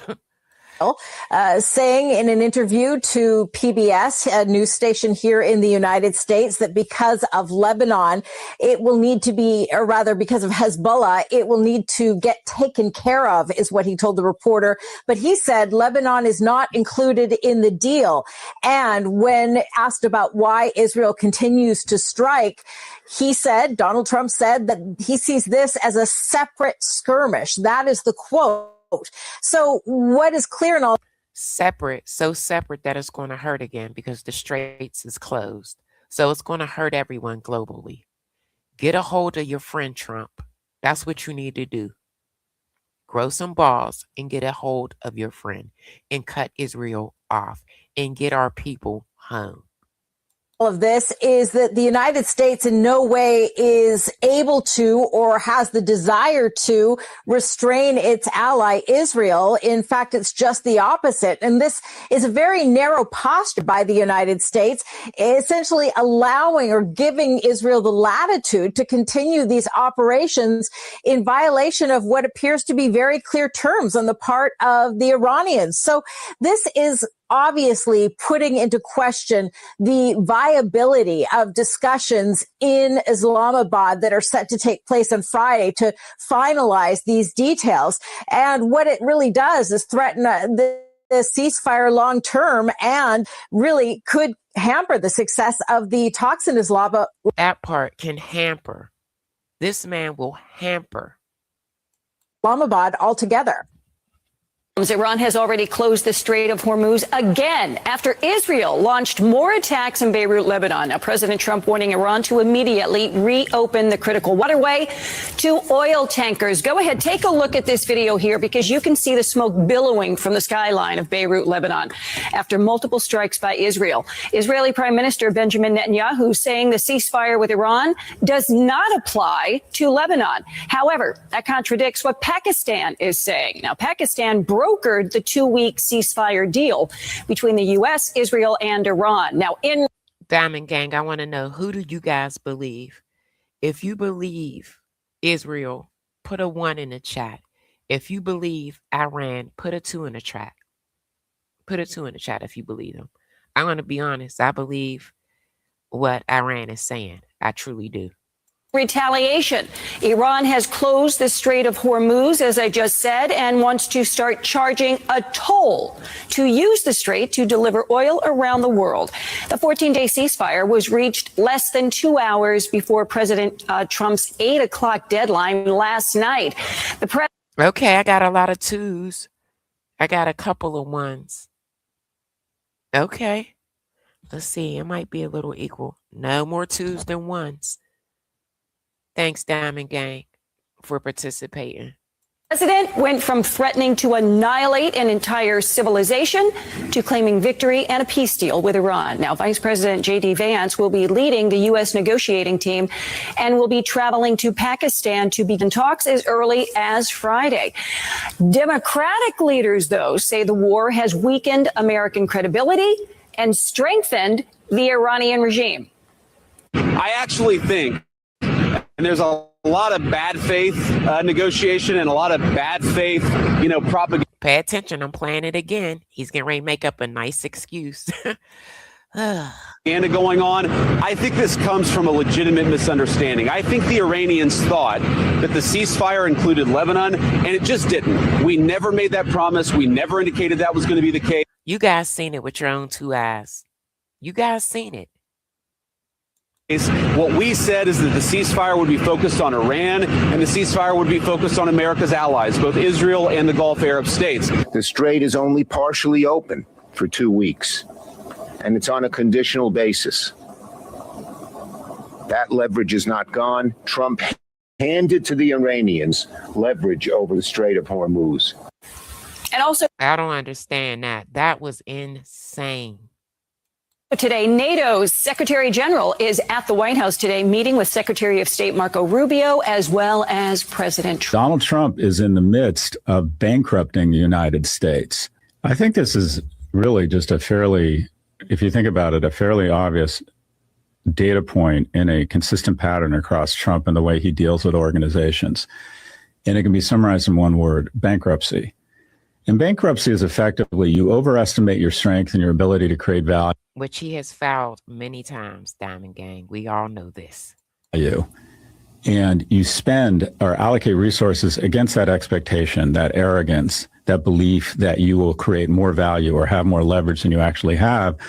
And then after expending these resources, you find that your value and your leverage do not justify the resources spent, and you have to declare bankruptcy. He has done this over and over and over. And when you are spending $250 billion on munitions and bombs that result in a weakening of your economic power, and you explode the deficit and then go back and ask for another $1.5 trillion, He's not getting it. I'm telling you right now, he's not going to get that. $400 billion increase in the budget. Simply put, Donald Trump is in the midst, or now the 5th or 6th inning, of bankrupting the United States. Well, I think, as both John and Peter pointed out, there are parts of the Trump coalition they presumed it after 24 would always be there. But if you were going to build a set of programmatic actions that would break them off the Trump coalition, start a war. with Iran, raised tariffs and destroyed a huge part of the farming and rural economy in this country. And all of those things have started to add up into a political chemistry that is not going to disappear tomorrow. This brief taco we had for 2 hours before the ceasefire broke today, a lot of people in the markets wanted it to succeed, but the rest of the country is very skeptical now that. And I'm going to be paying attention to the markets tomorrow. I am, because I mean, it was great today for that brief period of time. Trump has a plan. They also, a lot of his own voters realize that it's not going to be Barron Trump who goes to war. In fact, the Lincoln Project Advocacy put out an ad about this today. It's not going to be Barron Trump who goes to war. It's going to be their kids who go to war. It's going to be their kids who fight in some desert battlefield. This right here. This right here. In Iran, if Donald Trump doesn't stop doing what he's doing. So I think there's a great dysfunction inside the MAGA world right now, where their reflexive support of Trump, which they've really had inculcated in them over. Diamond Gang, the Democrats is on top. They running the show. They getting in there. For a decade, has finally been challenged with something they can't explain away. They can't spin it even to themselves, because you can't go to the gas pump and say, oh, the gas doesn't really cost $5 right now. It's $1.89. You can't say that to yourself, no matter how much of a supporter of the president you are. And I think Trump has, again, the fissures inside his coalition will not heal overnight. And this thing's going to go on and on. It's going to drag out a lot longer. And it's already dragged out into a point where the electoral damage is scaring the hell out of a lot of Republican elected officials. And I think in reality that there is no ceasefire. I was watching coverage of this last night, flipping around, obviously watching your show, Jesse, and then perusing some other channels. And there were split screens between, White House announces ceasefire and missiles raining down on the Israelis. We knew that Israel would. Listen, Diamond Gang, the Democrats, they flipped 2 seats. Okay, they flipped 2 seats in Florida. The largest swing yet in Georgia, special elections. So I'm telling y'all, brace yourselves. It's going to be a change. MAGA is out. Was sending rockets back to Iran. We know what today has looked like in Lebanon with what the Israelis are doing there. It's one of the highest death toll days. So the ceasefire was a complete fiction. And what J.D. Vance is saying, and the White House now, Caroline Leavitt. There was also a flip in Texas, too. Louisiana. So yeah. Big win for the Dems. That those 10 points were completely unacceptable. That's only because some of the biggest boosters of the administration came out and said, are you kidding me? Look at what you're agreeing to. Like Mark Levin, who has obviously been very close to this process. He took, what Fox and Friends had put up this morning and said the 10 points are a disaster. Last night, Larry Kudlow asked on social media, is this what we want? I mean, the deal, the 10 points that they sent in response to our 15 points allow them, as Dana said, to control the Strait of Hormuz and to decide what they charge. So that could be 2 million. Which I told you guys, they are not supposed to do that. That is against international law. How do you give them something that's against the law? Help me, please. Anybody know? Make it make sense for me, because it's not. Dollars per tanker, and they split that with the Omanis. Or then the FT reported this morning a proposal to do $1 for every barrel, and they want it to be paid in crypto, which would be untraceable. And we know that because Donald Trump loves to be paid in crypto. This is insane. So he's helping them break the law. Oh, God. No shutting down of the nuclear program. You can continue to enrich uranium. The leadership, not a problem. Can keep supporting those proxy forces. That's the Hezbollah problem. And then that sanctions would be lifted. We already took off $14 billion in sanctions. This would go even further. And Donald Trump would be the first president, certainly in recent memory, that didn't have economic sanctions on Iran. Did y'all hear that? I'm just saying. The linchpin story on this, and we have been tracing this particular plot line since the beginning, is what Jonathan Swan and Maggie Haberman reported yesterday in the excerpt of their book that comes out in a couple of months. And it's about a meeting on February 11th in the Situation Room, and Bibi Netanyahu was there. He was sitting at the table with our leadership, and he pitched them on this war. Donald Trump was interested. Again, did y'all hear that? Bibi pitched him on this war. I've been telling you guys this since it started. He talked Trump into this. Pete Hegseth was interested. Everybody else, Ratcliffe, farcical. Rubio, it's BS. General Kane, standard operating procedure for Israelis, they oversell. Susie Wiles, we can't be dragged into another Middle Eastern war. Israel pushed us to do this. It doesn't. Bingo. Israel pushed us to do this. I've been saying this, but hey, you don't want to believe me. I had so many trolls, so many people talking so much mess to me about this, only for it to be real. Mean that there weren't some good things that came out of it. But that first day, remember, and you guys said, I can't believe you're saying this, when Rubio came out and he said the truth to the gaggle of reporters that the imminent threat was not against us. It was something that was happening for Israel. Did you guys hear that again? Let's go back. It wasn't for the U.S. It was for Israel. There were no threats. This is a war of choice. Let's go back. I love when I'm right, baby. Let's go. Interested. Everybody else, Ratcliffe, farcical. Rubio, it's BS. General Kane, standard operating procedure for Israelis, they oversell. Susie Wiles, we can't be dragged into another Middle Eastern war. Israel pushed us to do this. It doesn't mean that there weren't some good things that came out of it. But that first day, remember, and you guys said, I can't believe you're saying this, when Rubio came out and he said the truth to the gaggle of reporters that the imminent threat was not against us. It was something that. All right, let me stop. I see a Bubba. You said good choice too. What's so good about it? What did we get? What did we get? We lifted the sanctions. We gave them control of the straits. They still have their regime.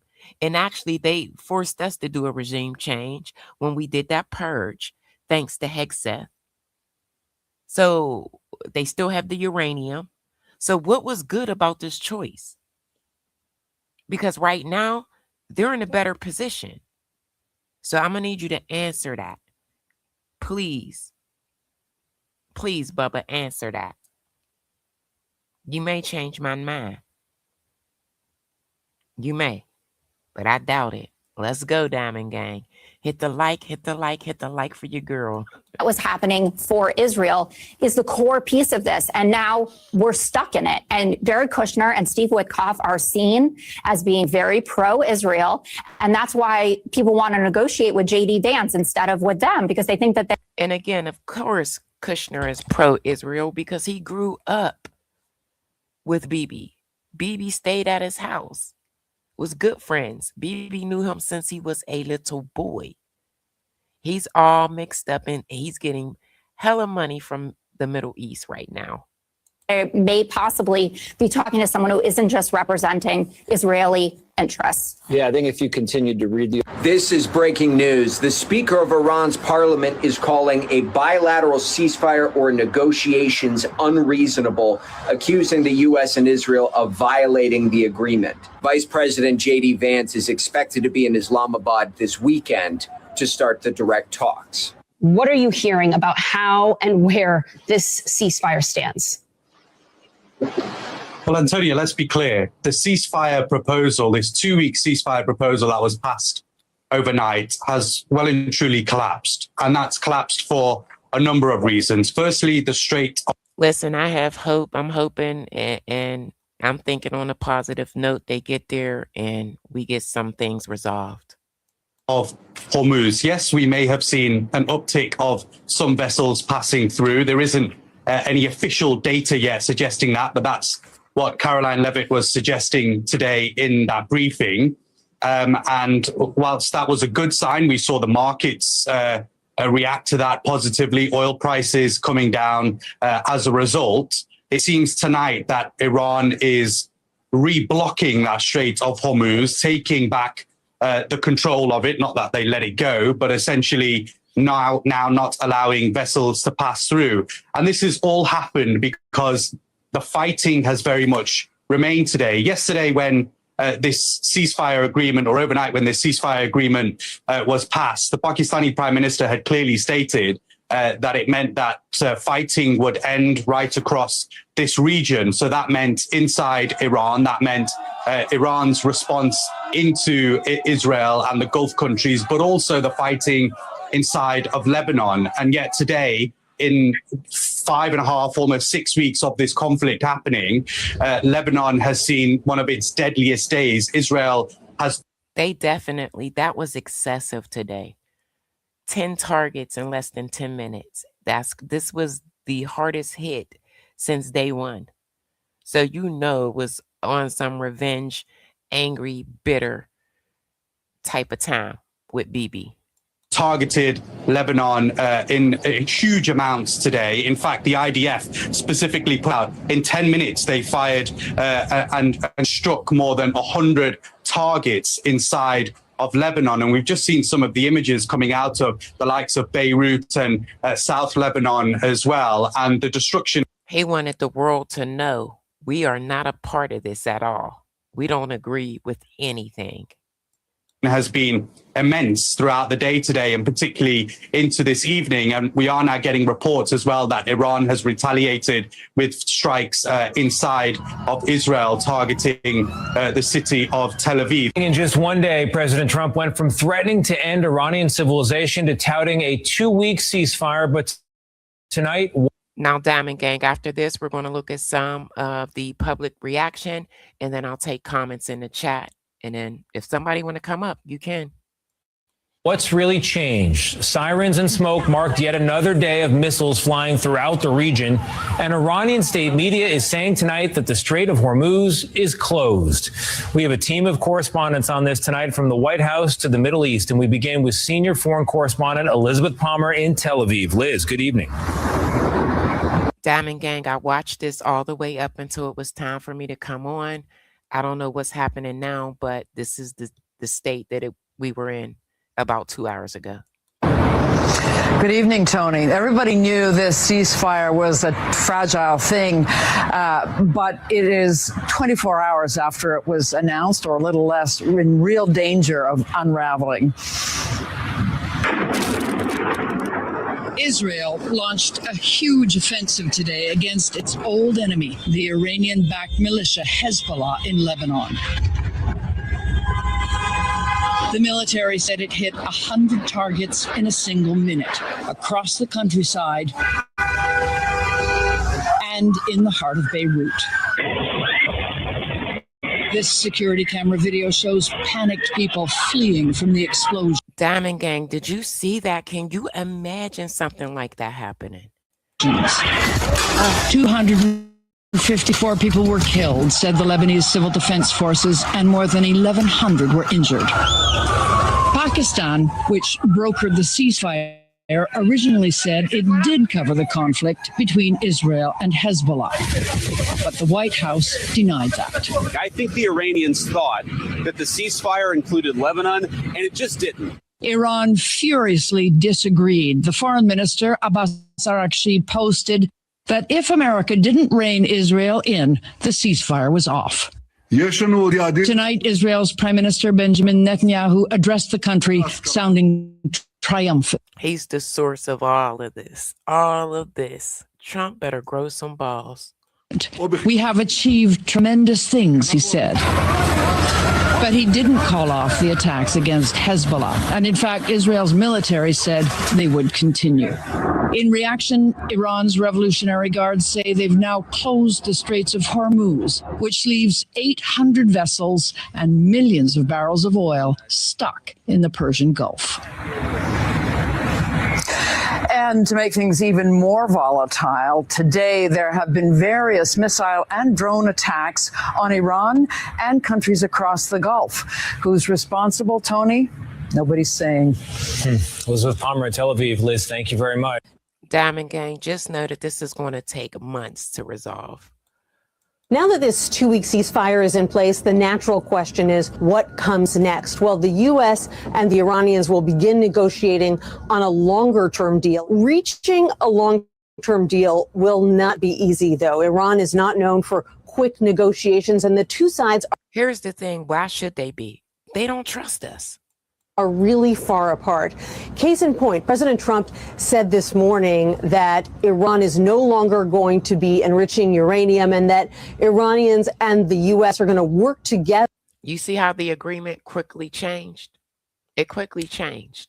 to dig up and remove enriched uranium that is buried underground. The Iranians have not publicly signed off on any of that, though. In fact, their 10-point plan that is serving as the basis for negotiations actually enshrines their right to enrich uranium. And they also want things like reparations for damage that was done to their country in this war. They want U.S. forces to leave the region, things that this White House. We won't be leaving anytime soon. I can guarantee you that. We're going to be over there for months.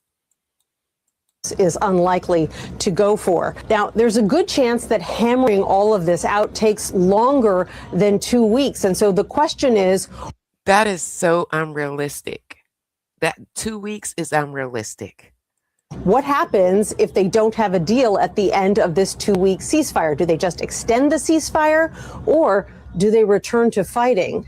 That's one of the big unknowns right now. We have very serious news right now. According to the Associated Press, at least 182 people have been killed in central Beirut in Lebanon following the most intense day of strikes by Israel on the Lebanese capital to date. This is a striking image taken by Reuters. As you can see, this is a building that was struck by Israeli forces, a building that is decimated, and in the center is a woman literally clinging on for dear life, as you can see. Diamond Gang, you see that woman clinging right up there in that corner? That is insane. Very little room for movement. Any closer, she would have been in a part of a building that has collapsed. This is a very serious situation. The United States of America claims that Lebanon was never part of the ceasefire negotiations between the United States and Iran, and that it was always only the United States and Iran, had nothing to do with Israel and Lebanon. And yet Israel is ramping up attacks on Lebanon today. The United States is essentially green lighting it because they say that part. There's no way we should be green lighting anything. That this has nothing to do with the ongoing ceasefire in Iran. I'll have more updates for you soon. As always, follow along for all the news you need to know about. What I'm about to show you is why we cannot lose sight of the daily acts of corruption from this Trump. This is about the, about the markets, Diamond Gang. Let's go. Administration. Gavin Newsom is 100% right about this. While we're paying billions more at the gas pump, Trump's allies are cashing in. Corrupt acts happening around every major announcement he makes. Someone knew about the ceasefire about to happen before any diplomats. Every time Trump announces something, this is what happens. Let's go. Spoke to each other. Someone that had $51 million to open an oil short position just hours before the ceasefire. This same person has done this 16 times in a row. 16. Perfect win streak. And it's so crazy because it's somebody in that room with Trump that's doing this every time. Making $170 million in profit. Either someone in the White House is leaking classified information and allowing these insider trades to happen, or the actual announcements are being shaped around the trade. Someone that knows it's a sure thing, because $51 million is not a small bet. Let me know what you guys think about this in the comments. Like, share, spread the word, follow, subscribe. We need to get to the bottom of this. We need to investigate and find out who this is. I'll see you back here for the 411. Why do you think we're at war with? All right, now we're going to get into reactions from people about this war that's going on, and then I'll take comments, Diamond Gang. I appreciate you guys. If you're not subscribed, please subscribe to the channel. Pretty soon, I will not be going vertical and horizontal. I will be straight going horizontal. So if you rock with me, you will subscribe to the channel. Iran. I have no idea why we're at war with Iran. Global politics. I know oil's involved. For no good reason.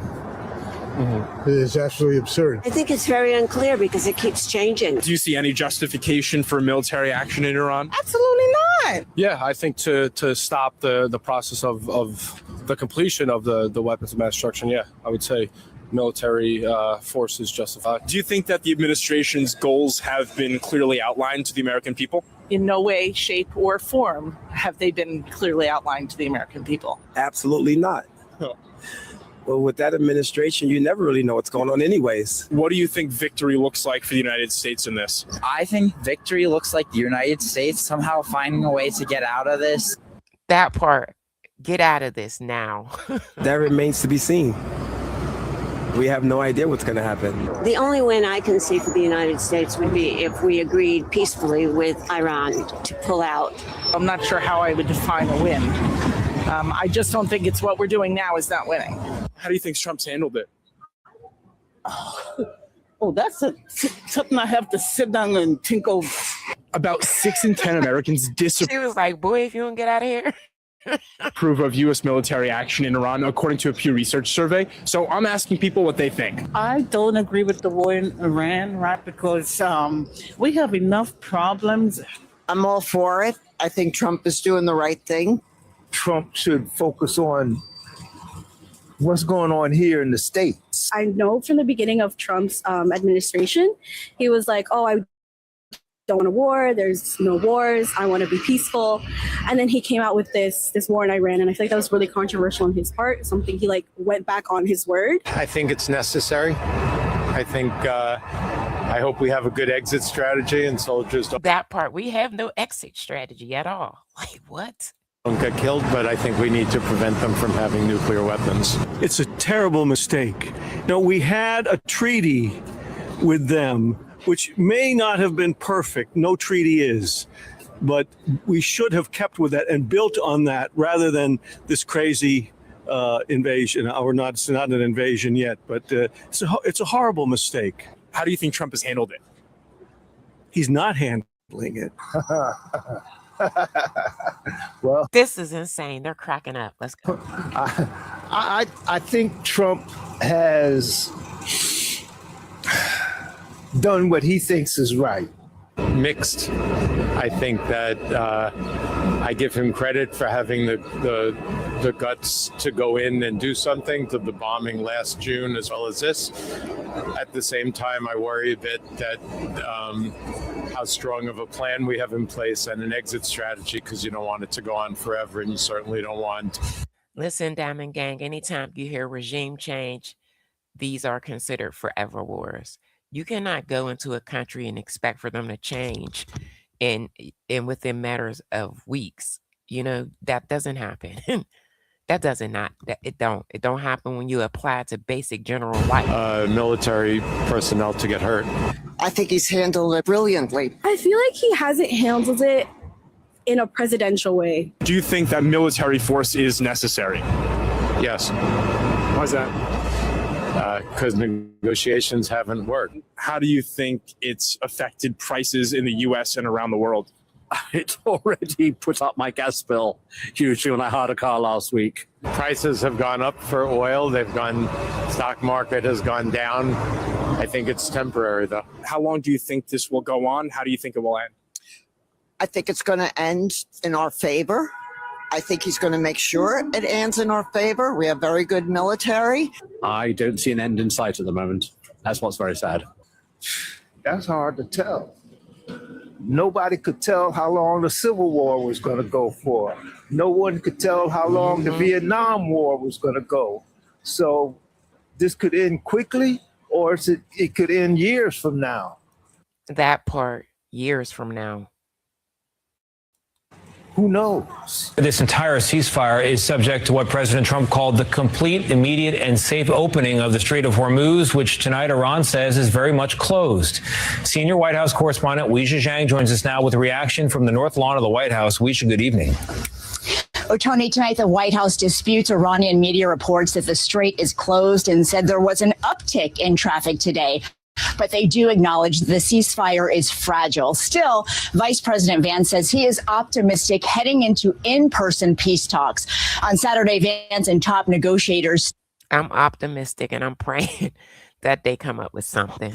Steve Witkoff and Jared Kushner will participate in discussions in Islamabad, Pakistan, where it was a huge mediator in the ceasefire agreement. And even if the Lebanon issue is resolved, there are still hurdles for reaching a long-term agreement. President Trump is adamant that Iran can never have a nuclear weapon. A key material for making one is highly enriched uranium. Iran still has about 1,000 pounds of it buried buried underneath after the U.S. bombed key nuclear facilities last year. Trump posted there will be no enrichment of uranium, but a top Iranian official said that would be a non-starter. There are also questions about who will control. Now, let me say this right before I came on Diamond Gang. Trump said he is thinking that we will help them retrieve that uranium. So military presence will be over there for a while. I'm just letting you guys know. Control the Strait of Hormuz. Iran has proposed charging a toll for oil tankers to get through, but the White House says Iran must allow free passage. Today, Trump also hosted the Secretary General of NATO here, and the press secretary said they would be talking about the possibility of the U.S. withdrawing from the defense alliance. Tony? Weijia Zhang at the White House. Bingo. We are done. We're done. We're done. All right, I'm going to go to some of the comments in the chat. And then I'm going to close out. Diamond Gang, I'm taking off tomorrow. I've been live every day for about almost, 2 weeks? Maybe missing a day here or there. If something happens drastically, I will go live about this. But like I said, I am going to stop the dual lives. And pretty soon I will be going horizontal only. So if you like what you see, please subscribe to the channel. I am hoping to get enough members to start my members only live soon. So, all right, let's go to the comments. Man, gas price at the pump are not the bigger picture. The U.S. imports manufactured goods, yes, that total 14% of its GDP. Everything that's made from plastic to tech is going to be more expensive. You are so right. You said, welcome to the New World Order. All this war is about to bring in the digital dollar. Johnny Blackwell, you are so right. It's coming really soon, real soon. Mike Brown, everything you said in this chat has been misinformation. Gas is up 2 cents today. You can look at free websites on the internet and see that nobody's going through the straits. Yes, you are right about that, Edward. Nobody. Listen, I love this late night crowd. I was going live anywhere between 8:30, 9:30. And one day I came over here. No, I was running late. And I said, you know what? I'm going to do this. I'm going to see what this new crowd is about. And I love it. I do. I really do. I prefer this time over the earlier time. So, but Diamond Gang, it's almost 1 a.m. Hey, X, how are you? Somebody said MAGA, us. We got Trump supporters. Like I said, you can say whatever you want. All opinions are respected. You just can't be disrespectful. We could agree to disagree, and you are entitled to your opinion. And I will read your opinion, just as long as it's respectful.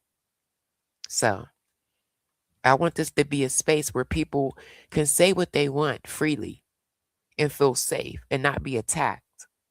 But if you disrespect someone in my chat or myself, my mods will get you out of here. I think as adults, we should be able to have conversations without the insults. So, all right, I'm going to read a couple more comments.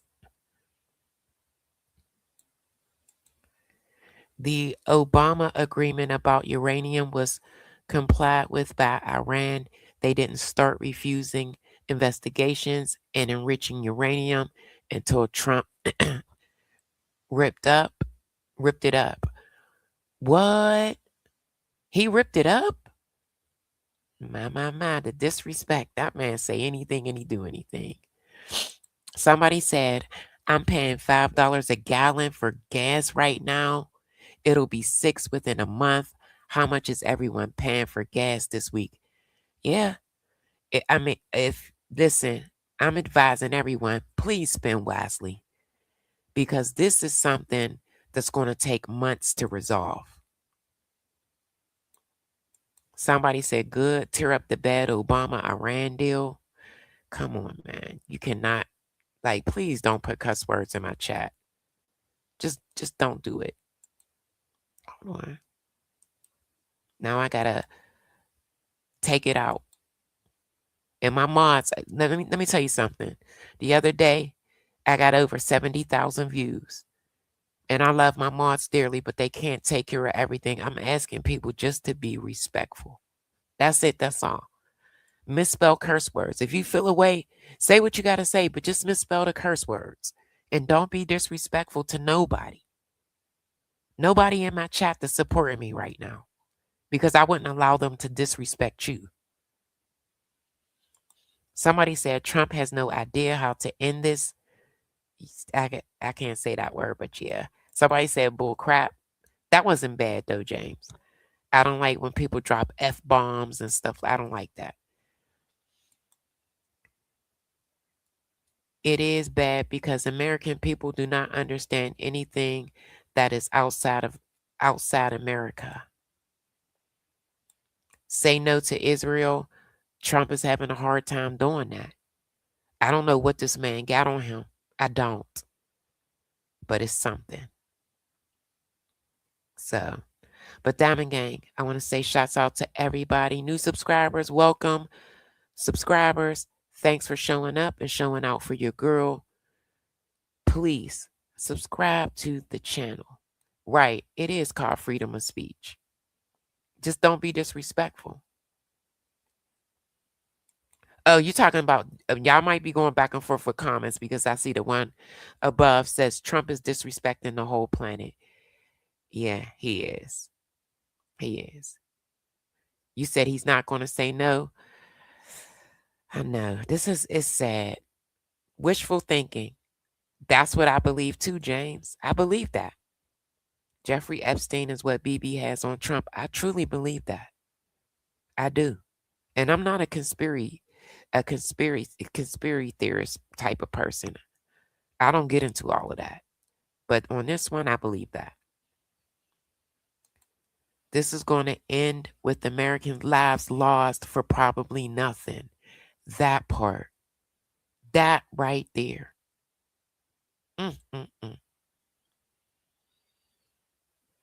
Hold on. Do I see something that I got to get out of here?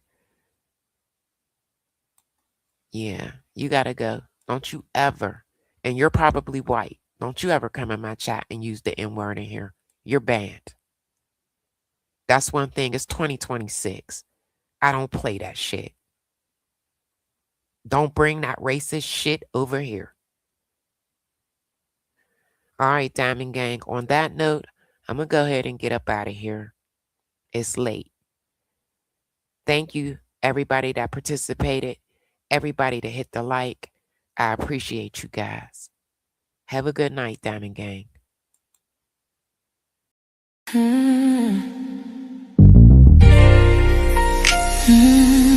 It's your under degrees.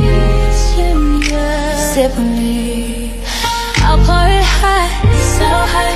I'll pour it sweet, so sweet. Spilling his tea, spilling and sipping his tea, spilling and sipping his tea. Thanks for watching me, tuning in, subscribing, hitting that like, smash that like. I don't bite, no. It's Yolanda the Greek, feeling great, spilling tea.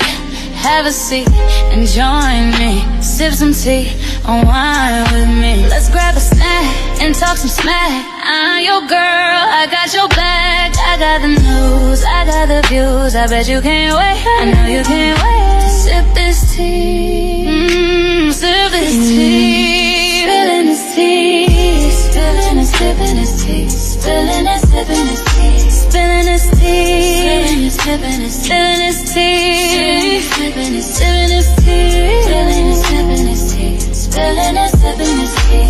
Thanks for watching me, tuning in, subscribing, hitting that like, smash that like. I don't bite, no. It's Yolanda the Greek, shining bright, set the stage. Hollywood dreams, red carpet scenes, glitter and glow, the secrets I know. Drama with flair, I serve it rare. I got the scoop, I got the proof. I know you can't wait, so come and escape and sip this